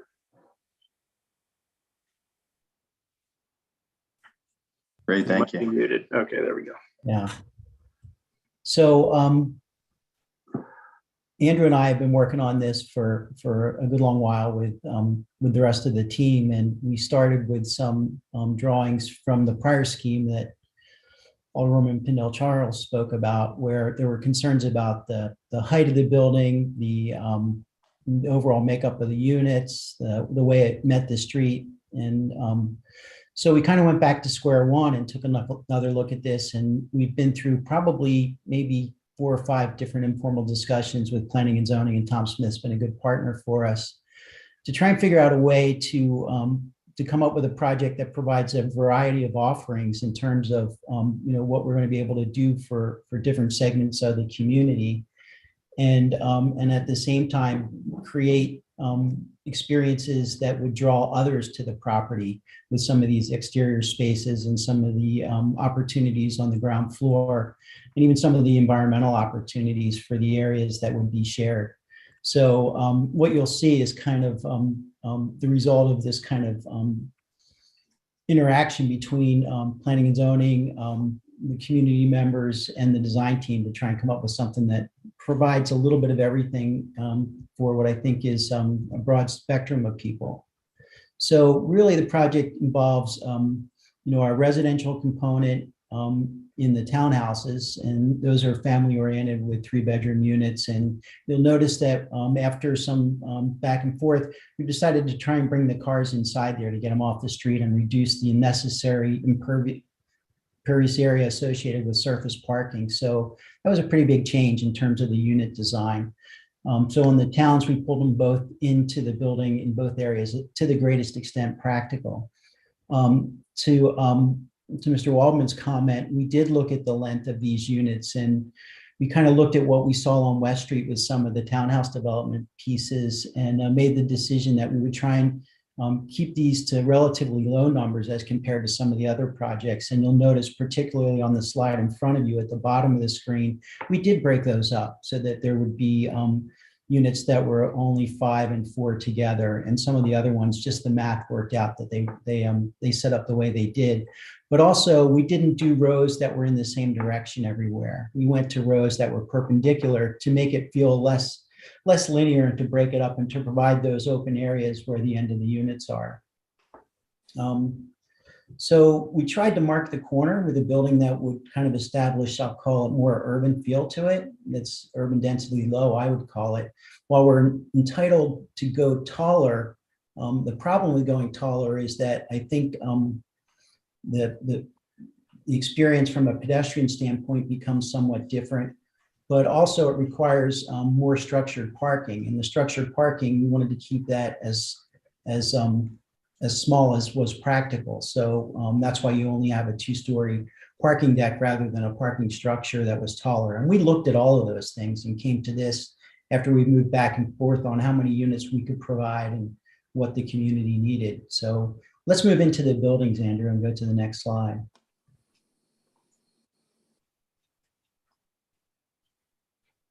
So here you have the corner building, and the intent here is to provide retail spaces that front Old Solomon's and Forest Drive. You'll see on Old Solomon's that it's fairly level there, and so we can have a more traditional experience in terms of the street face, where you've got retail and restaurant use that faces the street, and also the interior court where the walkways and parking are. And then as we wrap the corner and go along Forest Drive, the grade change from the corner to the very back portion off to the right is about 10 feet. So you have to think about, how do you engage the street? And we've seen it done poorly in a couple of places.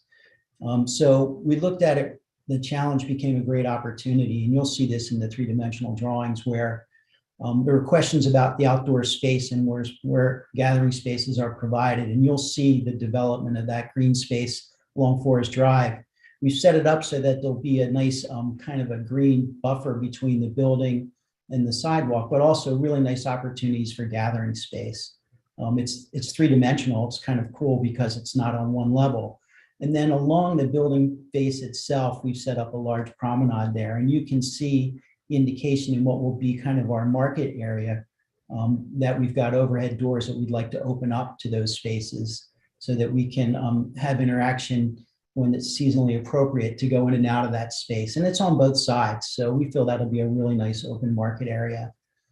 And then of course the parking deck, what we've done there is under the ramp, and you see this in Europe quite a bit, there's abundant bicycle parking there that would be secure for the residents. But also other people would be able to use it. And there's bike racks in multiple areas on the property. So trying to engage different modalities in terms of getting around town. So trying to make it friendly for pedestrians, for bikers, and also for automobiles. So we tried to favor the bikes and start to follow a more European model on how that's been set up. Let's move to the next one, Andrew.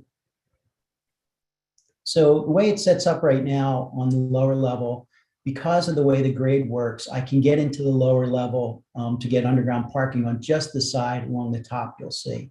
So we've gotten parking spaces under the building where we can there, where it makes sense, because since we're gonna have to excavate anyway.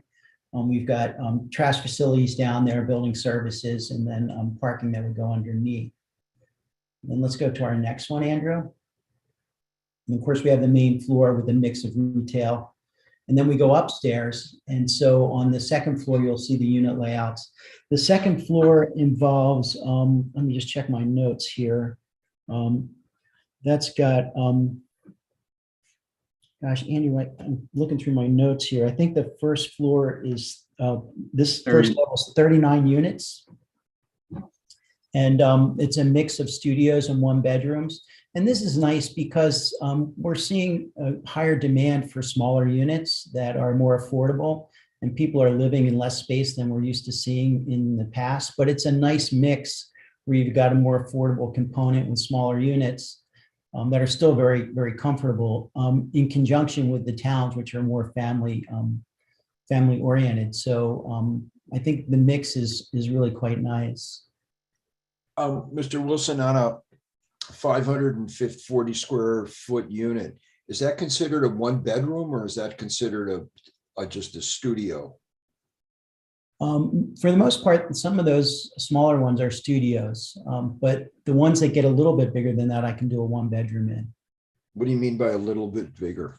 Well, Andrew, can you, like, I think if you were to look at units 43, 42, those ones along the back side on the top, those would be 1-bedroom units is my sense. And the ones that are 590 to 615? Yeah, I think I can get a nice 1-bedroom in there. And you'll see a photograph, you'll see an image of those in a subsequent slide. But the ones on the outside, on the street side, are definitely studio apartments. Well, it's a mix. I mean, you'll see some of them, like we get down here into 412, that's probably a studio. And then there are just the two ingress egress down at the ends of each of the wings. Yeah, so you'll have so what you'll have is there'll be, let's go downstairs again for a second, Andrew.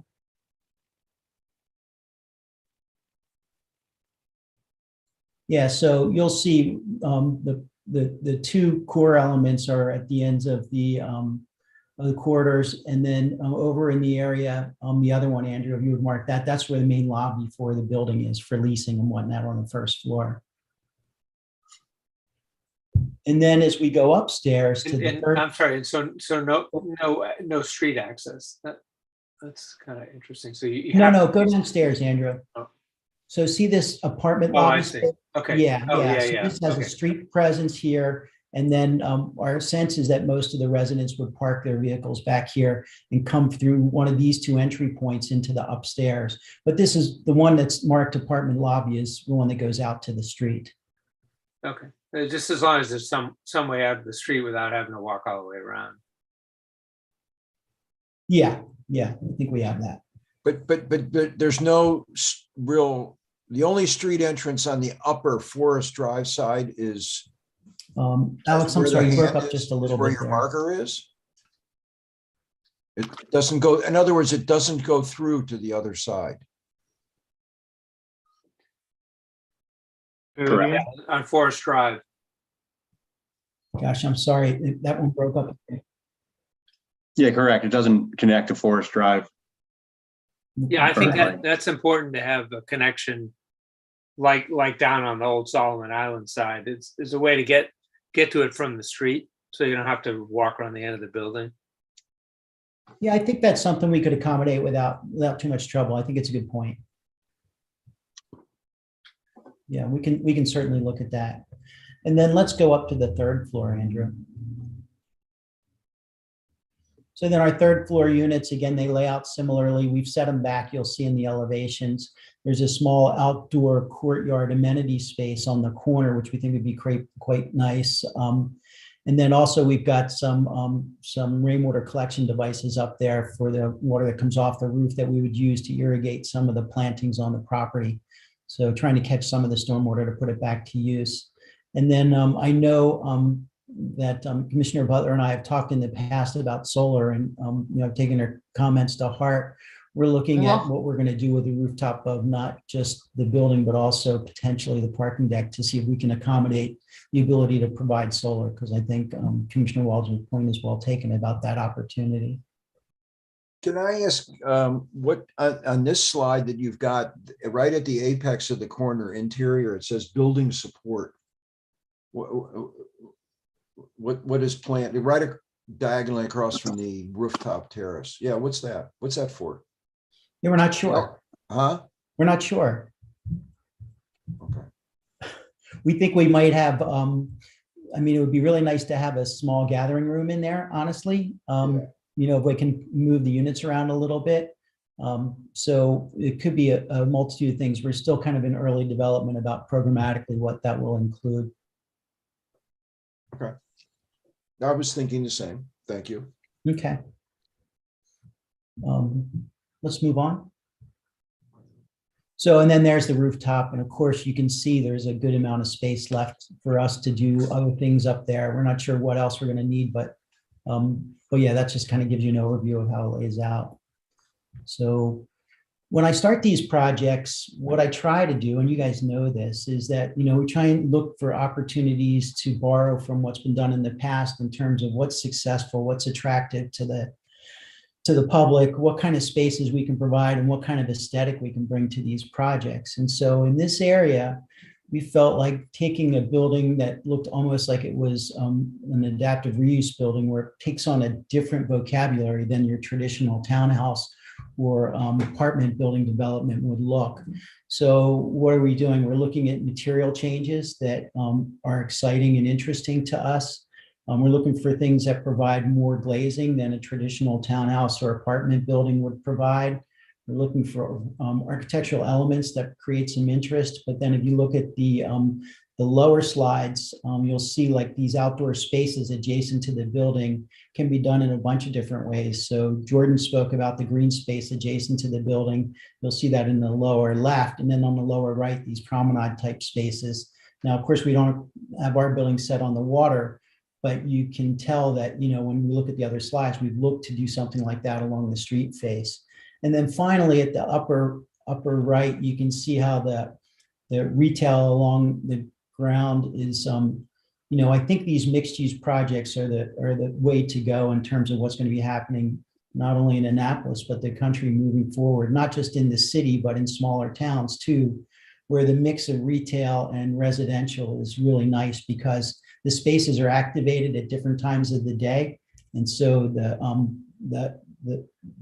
kind of mixed use is really activates the site for longer periods of the day. It doesn't just go dormant during the day with a traditional apartment building. So we're excited about the opportunity to do that. And then finally, you can see how there's kind of a base, middle, and top to the building that's shown in the upper left. And I think we've tried to do that again with ours at a reduced scale. But these are the kinds of things I'm looking at. And Stephen's brought some of these forward to us to look for opportunities to provide success here. So let's move to the next one, Andrew.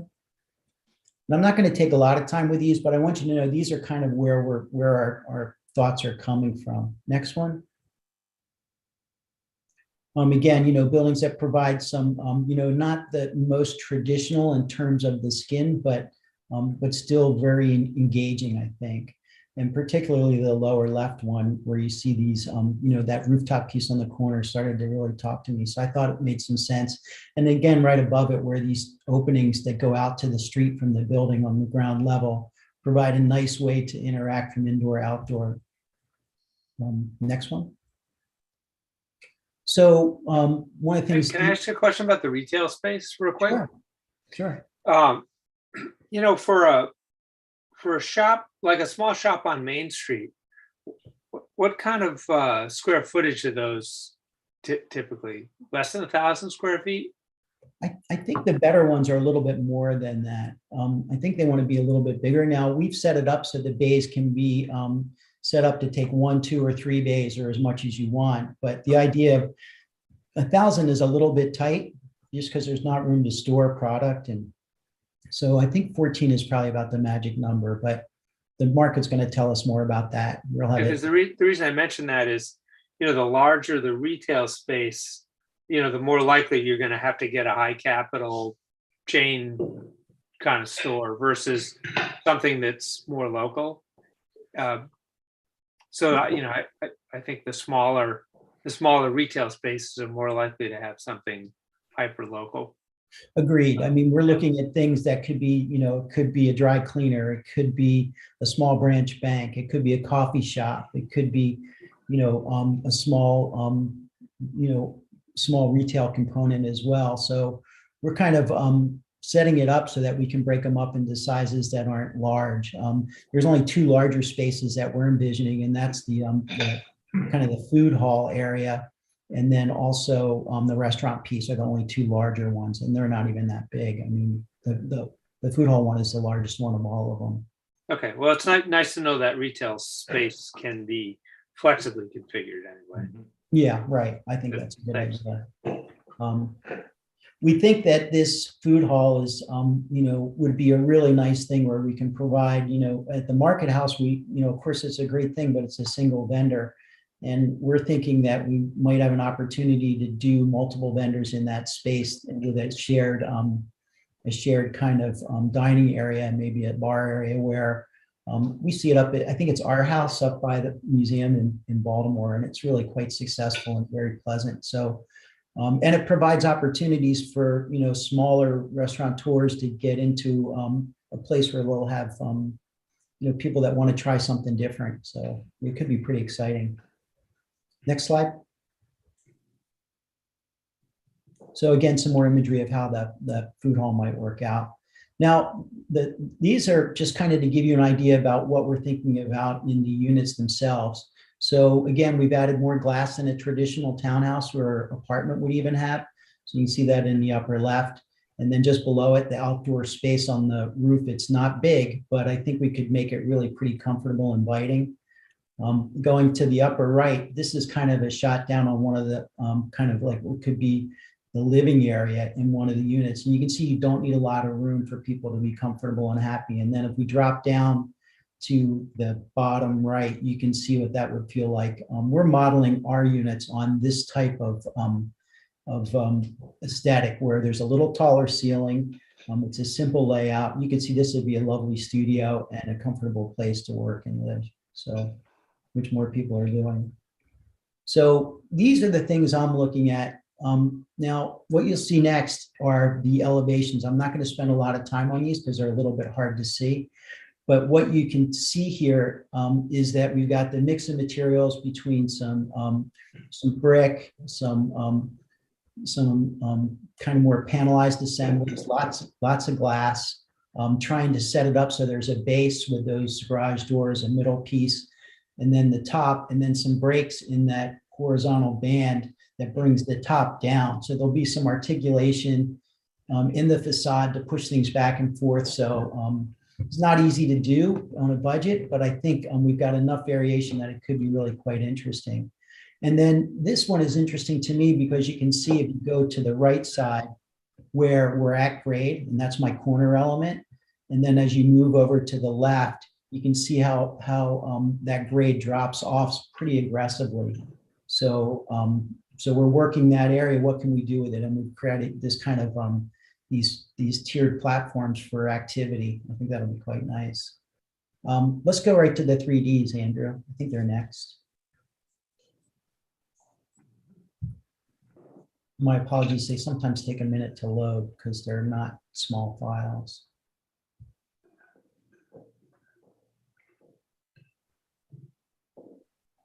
So again, these are just our early concepts here, but what you can see is this is the corner of Solomons and Forest. And we talked about this outdoor activity and where we would like it to happen. And you can see, I think the experience could be changed dramatically if you were to kind of think about the interaction between the pedestrian experience and the road and then the building. And so we're using that interstitial space in different ways. More traditionally along Old Solomons, still street trees, the opportunity for outdoor dining on the corner with the blue umbrellas, and then wrapping around on Solomons where it drops off. And that's where that open outdoor area opens up quite a bit.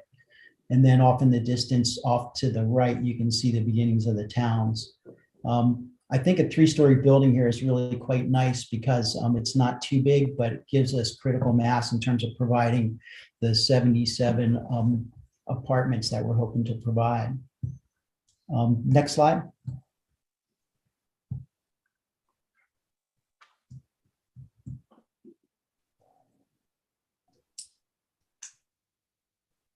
I think with We do try to respect to your, preload these, but they just. I think with respect to the experience on Forest, you need to be thinking about buffering. It was really unpleasant sitting on the little veranda at Sinfront Terrace.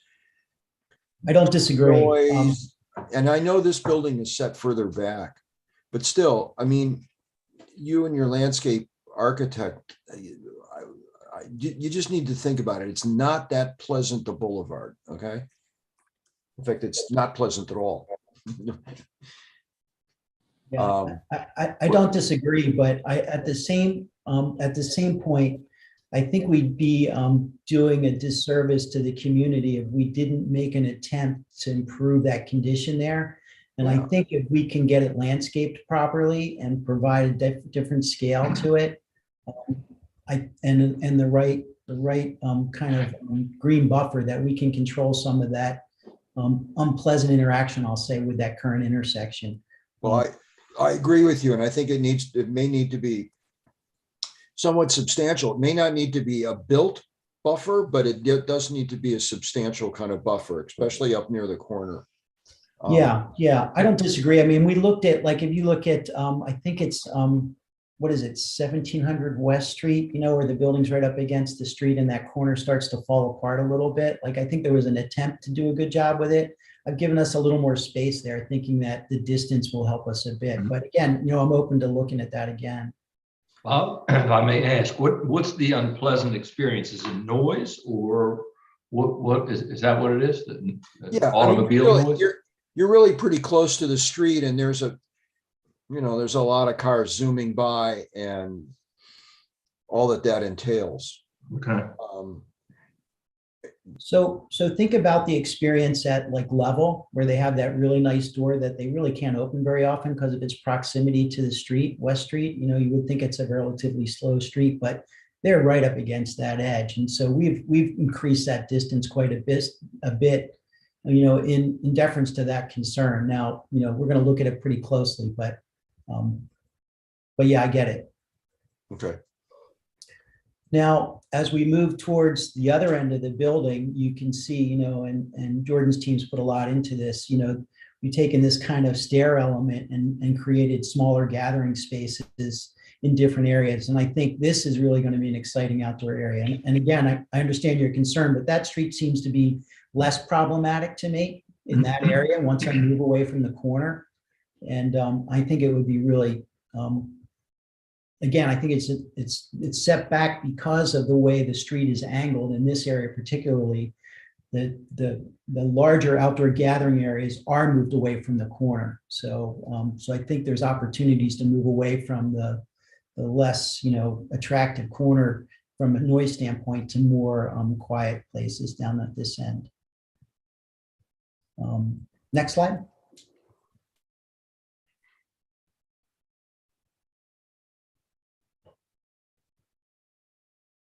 So then we'll go to the back of the building, and you know, here's that interior court space. You'll see this drawing is it shows a little bit more about what we're thinking about for the parking deck. It's we've seen these on the Eastern Shore and other places where they're, you know, it would be nice to get more density here with more parking, but you know, again, there's a concern from a safety standpoint that we heard from Alderman Pennell Charles, where people aren't so happy with it. So we've made it open. And, you know, we'll be able to see right through this thing and then only go on one story in it. We've added a lot of green space to the upper level in areas where we thought it would help break up that kind of feeling of being on a parking deck. And then the perimeter, we worked through this with Mr. Smith, trying to add green space around the entire edge of it, so none of it gets too close to the street, and there's adequate planting areas, even trimming the corners to provide more opportunity for green. So we think dropping it down is you know, while it reduces our density, I think the overall project sits in the community better this way. If I may, I just thought of a third benefit to covering all or most of the deck with some sort of cover. You know, you could collect solar energy for one, you would cool everything for two, but now the third thing is that you would keep the lighting glare down in consideration of all of the people that are living on the interior side of this buildings, if it's covered. Otherwise, you're going to have 24 glare all through the night. So that's another. Yeah, I don't agree. I think that'd be a nice opportunity. You know, this is where the rubber meets the road in terms of dollars. I will say this, and I think there was some discussion earlier about, you know, about green building. This building will be subject to the city's green building requirements, which means it has to be able to achieve a LEED certification. So that means dark sky light fixtures that keep the light levels low but safe. It means charging stations for alternative fuel vehicles. It means dedicated parking spaces close by for both bikes and HOV vehicles and also electric vehicles. So the project in its entirety will have to meet those requirements, which I think falls in line with what, you know, the commission was looking for us to do. Next slide.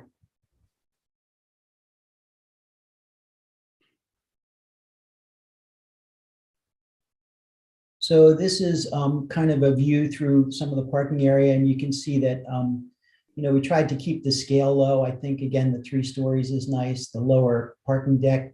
You can see the bike storage under the ramp there, which I think is pretty cool. Off to the left, you can see where the lobby doors would be into the building. Have some areas that are covered along the walkway. And then, you know, adding kind of green space so that there are, like on the markers to the left and right of the parking deck, you know, trying to add some green around that to keep that feeling like it's not just kind of a sea of impervious. Next slide.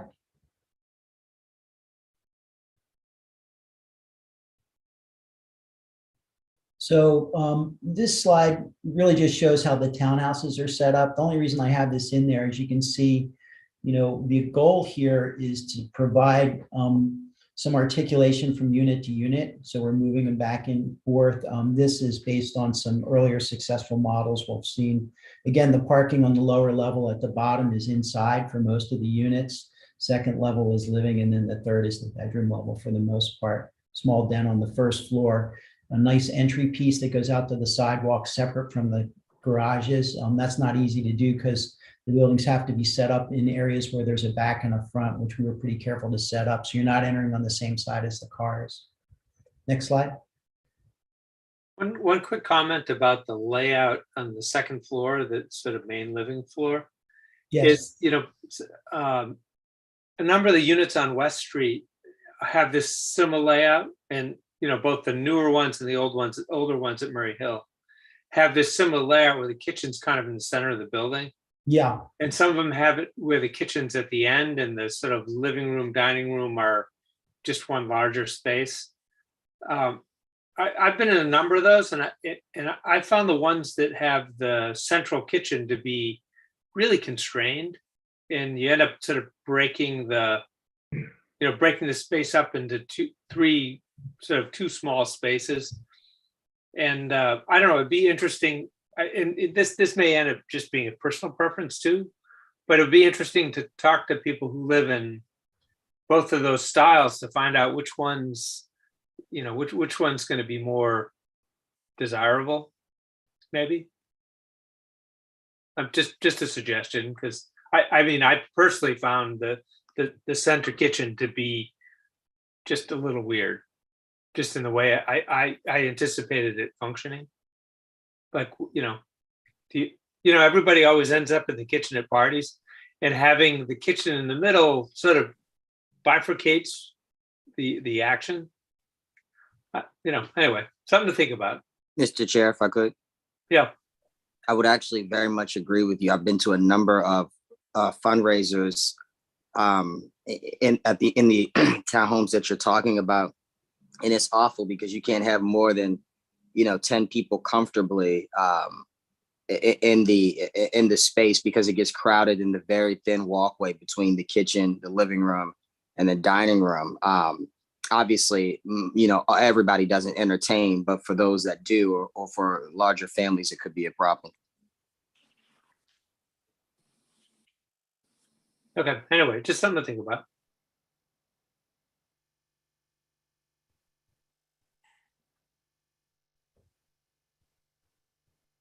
I'm sorry, I've lost Alderman Gay. Can the rest of you hear him, or is it just me? No, I think he's done.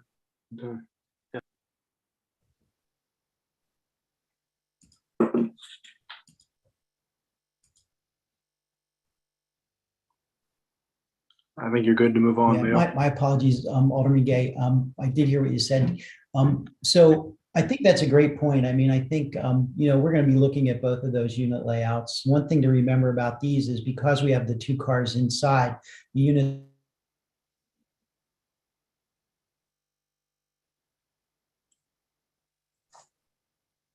What's happened? Leo, you dropped off. Leo's dropped off. What are we gonna do? Come back, Leo. You You have me yet? You're back. Don't do that again. Oh, good. Thank goodness. Yeah, a little scary. So yeah, we'll look at some other layouts for these units as well. I think your point's well taken, though. So let's move on to the next one.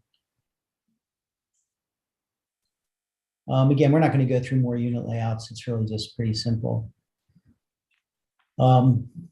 And then finally, again, what we're looking to do is, we don't have to reinvent the wheel. We just have to look for, who's done it well in the past and what can we learn from that. So these are some Bozzuto development components that I thought were successful with the change in materials, articulation of the base, nice entry components, and large windows that are open. With a 3-story component that shows as the primary with the rooftop access on the 4th floor as a more de minimis piece. But these were like ones that I liked, so I kind of started the model after these. And then the next one, Andrew.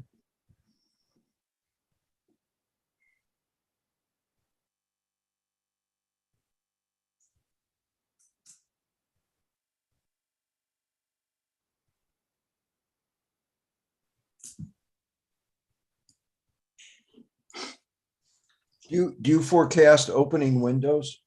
Windows which can open? Yeah, definitely so. I think, I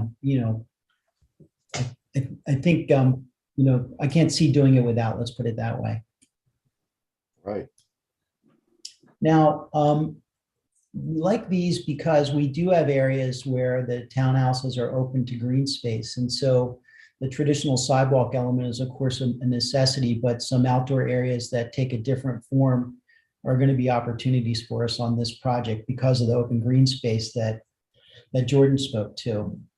So we're looking to models like this, which we thought were successful. And then the next one, Andrew.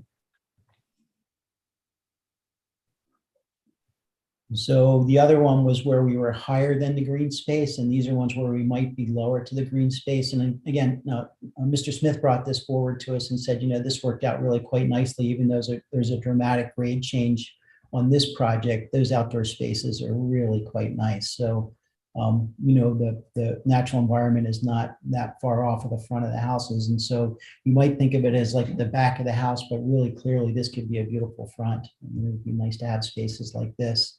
So we're looking to things like this as we, move forward in our design. Is there any more on here, Andrew? I think I have one more.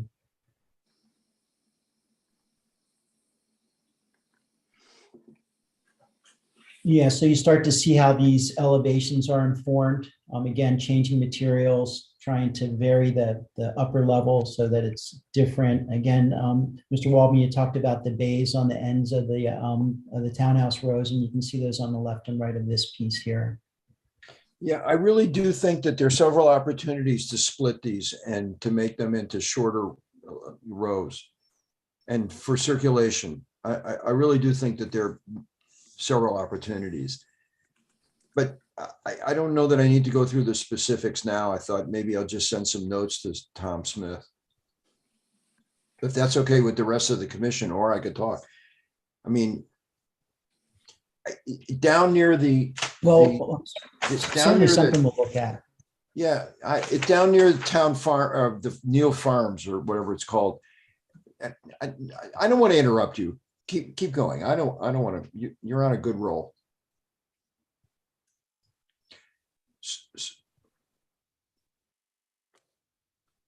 So is this what you think things will look like? Did we lose you again? Leo? No, you've got me. You've got me. I'm just listening. Oh, is this what you think that they'll really look like? Yeah, I do. Okay. I do.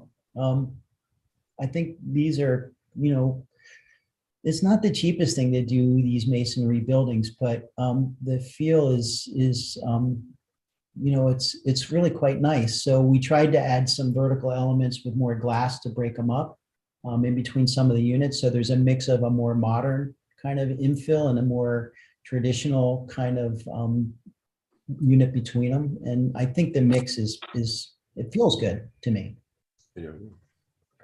Leo, let me ask you a question, following up Bob's several comments. If we break up these sticks of townhouses and have a gap between them, let's say we do 4, how, from a fire regulation point of view, how narrow can that walkway be? I mean, I've seen some pretty narrow walkways between units, but a lot of times they're older. So what would you have to do today? What's the separation between buildings? I think it's kind of, it goes in steps. So the further apart they get, the more windows there could be. I mean, you might be into a situation where, 10 feet might be one step and 15 might be another. So we'd have to look at that and see if the math works for us. So if you had something narrower than that, you couldn't have windows on that side of a unit. Is that the problem? I think if you get them less than that, you'd lose a lot of the side windows anyway.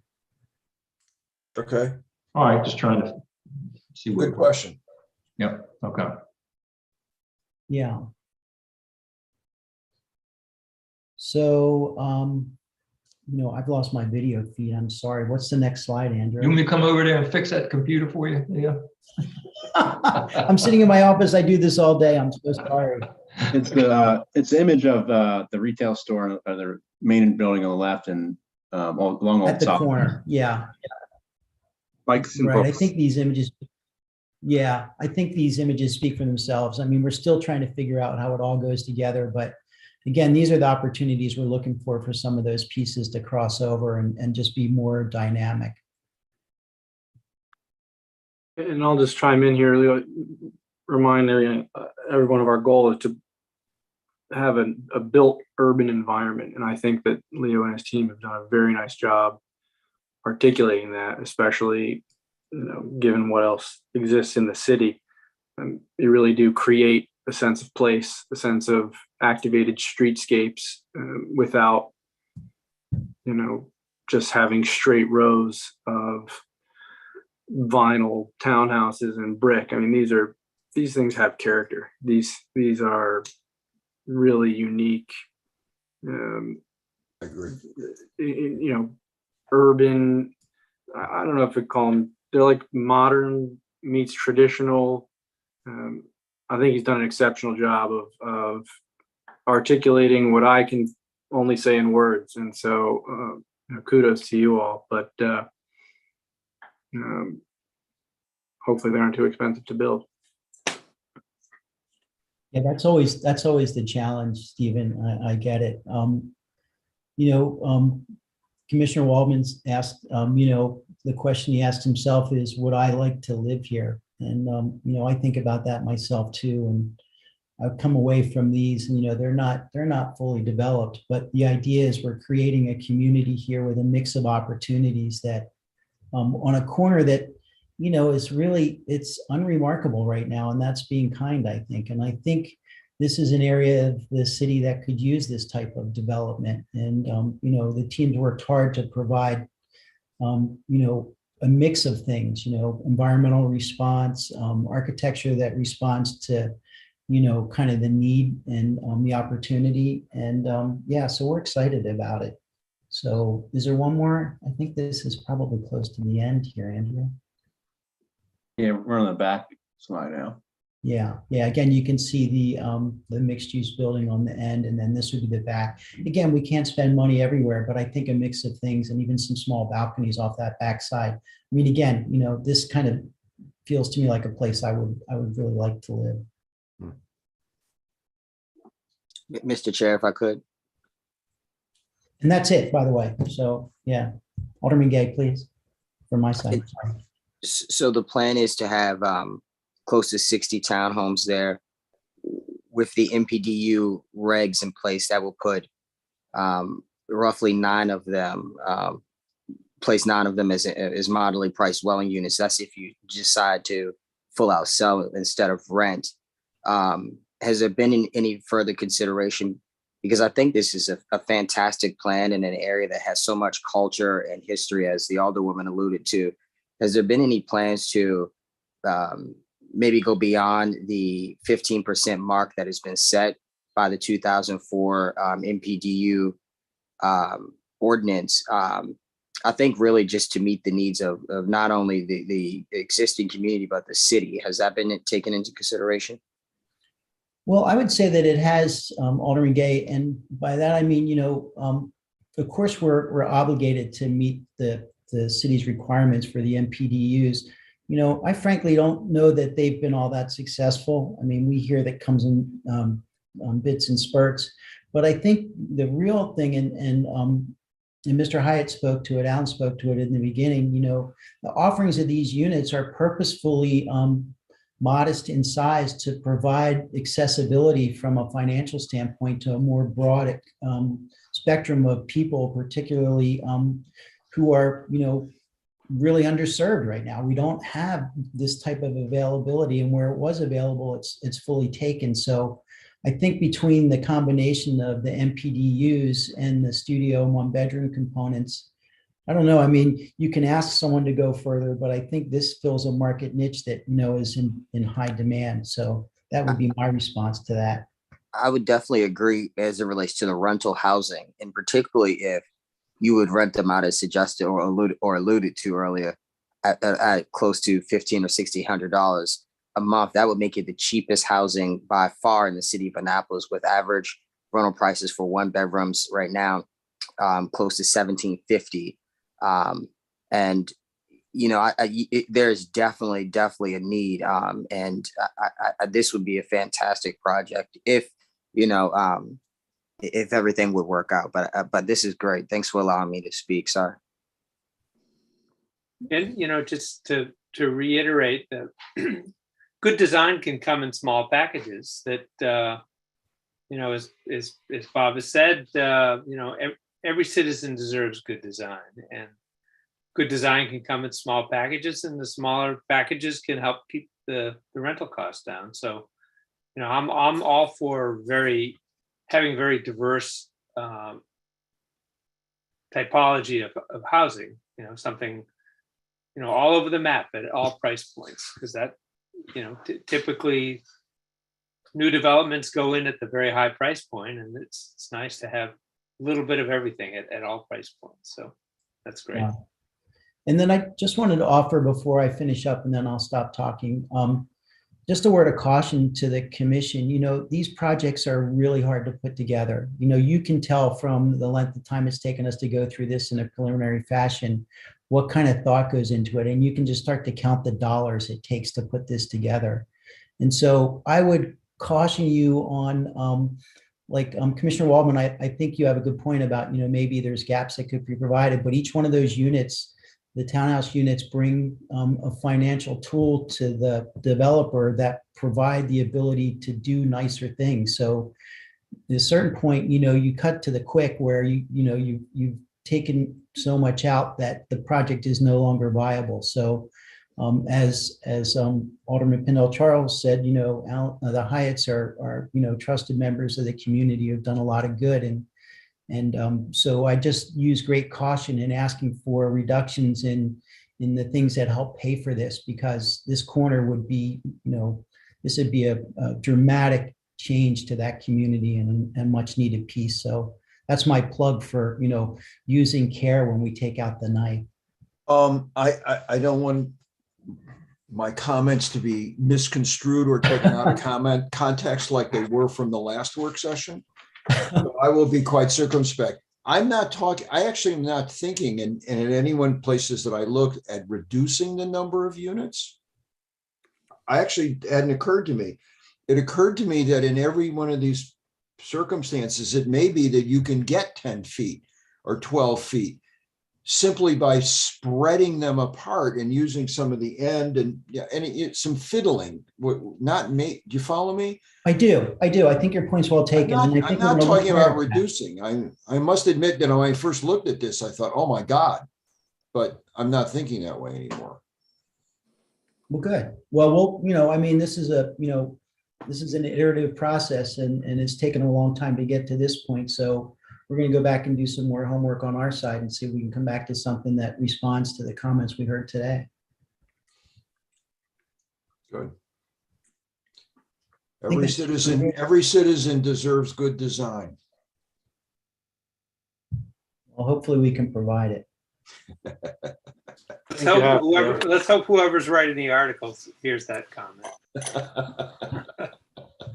I had questions about the retail space a little bit. Chris Hyatt mentioned earlier about, wanting this to be a community gathering place. And a lot of times we talk about residential space and the residential community members, but there's also entrepreneurs and other, vital small business owners in this corridor. The area from along Forest Drive from Old Solomon's down to Chickapin is there's quite a few Latino-based businesses, bakeries, very thriving businesses. And so I'm curious as to what intention is there to retain that type of vibrancy in this corridor, with the retail space. Mr. Waldman alluded to it earlier, that smaller retail space will allow them to be able to have niche businesses within this area.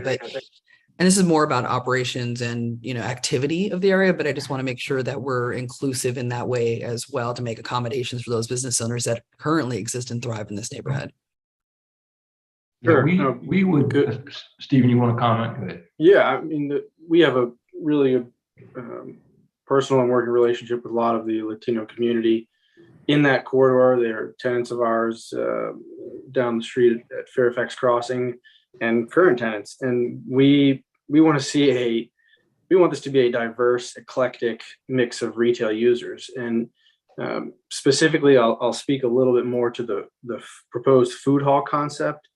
We haven't ironed out the details, but we're going to be really, really digging in there because I think it's an amazing opportunity to provide, I think maybe Leo mentioned this earlier, almost like they call it a ghost kitchen or test kitchen incubator space, where somebody who wants to take on or open up a new restaurant can, within the food hall, occupy a several hundred square foot stall with adequate kitchen equipment to test their concept, get their name out there, rather than take on a 5,000 square foot lease and a 10-year obligation and build out for hundreds of thousands of dollars, to be on the hook for hundreds of thousands of dollars.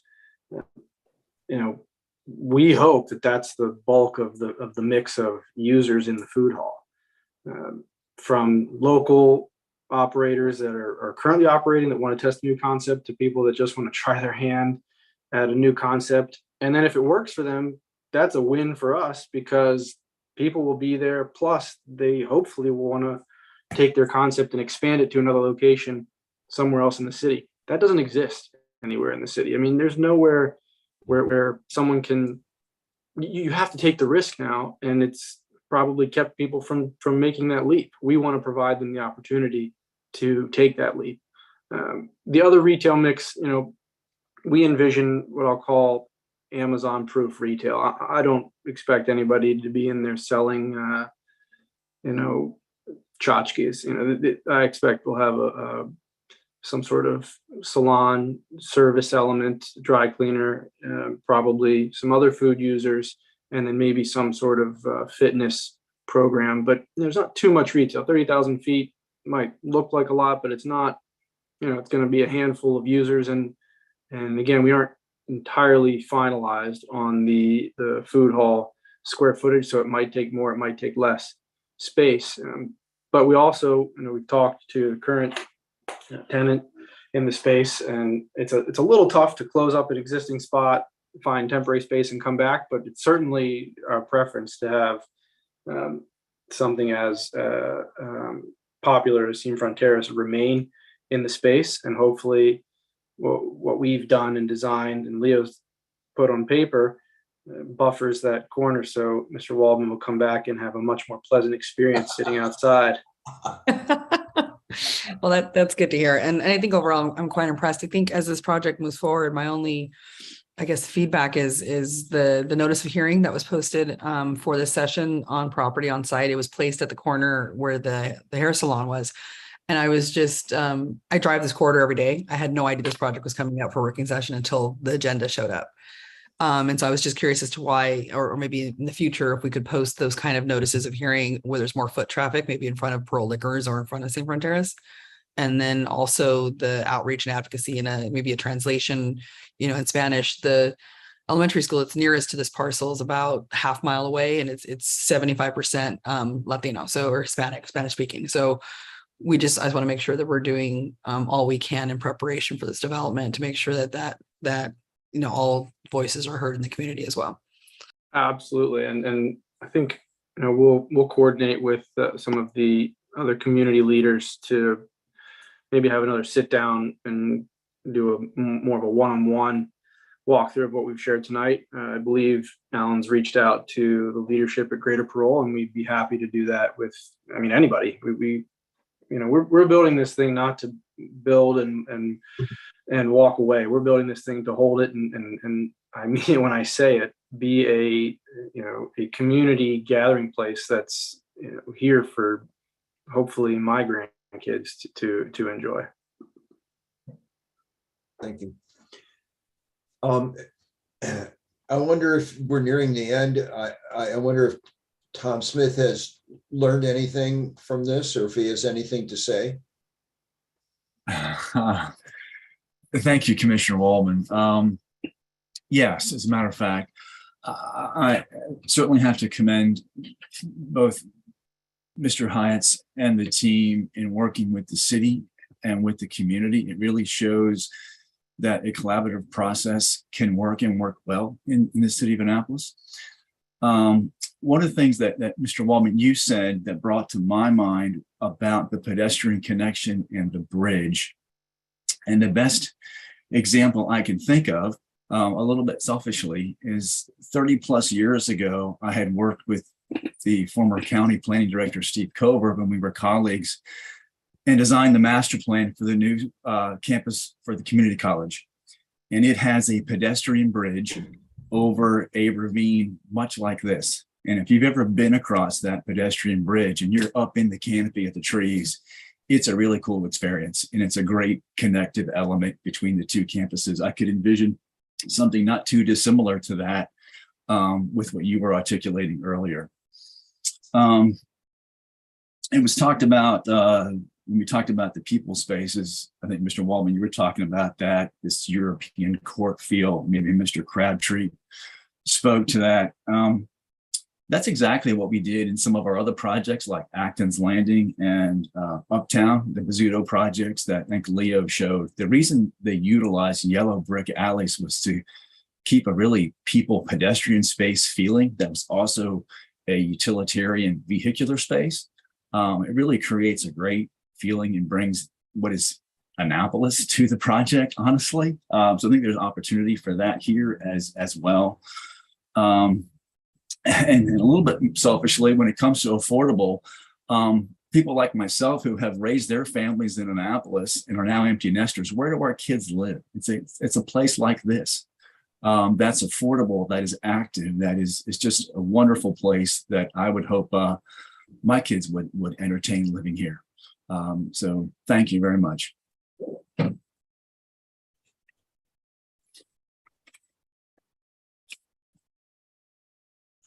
All righty. Well, seems like we're pretty much at the end. Any last thing, Mr. Hyatt? No, I think I appreciate the time that you all have taken. You know, we have extensive notes from your comments. We will regroup and talk about what we can do to make improvements to our project. But we're excited. I think the general feel was positive from you all this evening, which we appreciate, and we will continue to move forward and hopefully fine tune it and come back for a public hearing. Right, well, Alderwoman Pindell Charles, you have last comment? Thank you so much, first of all, for the opportunity tonight.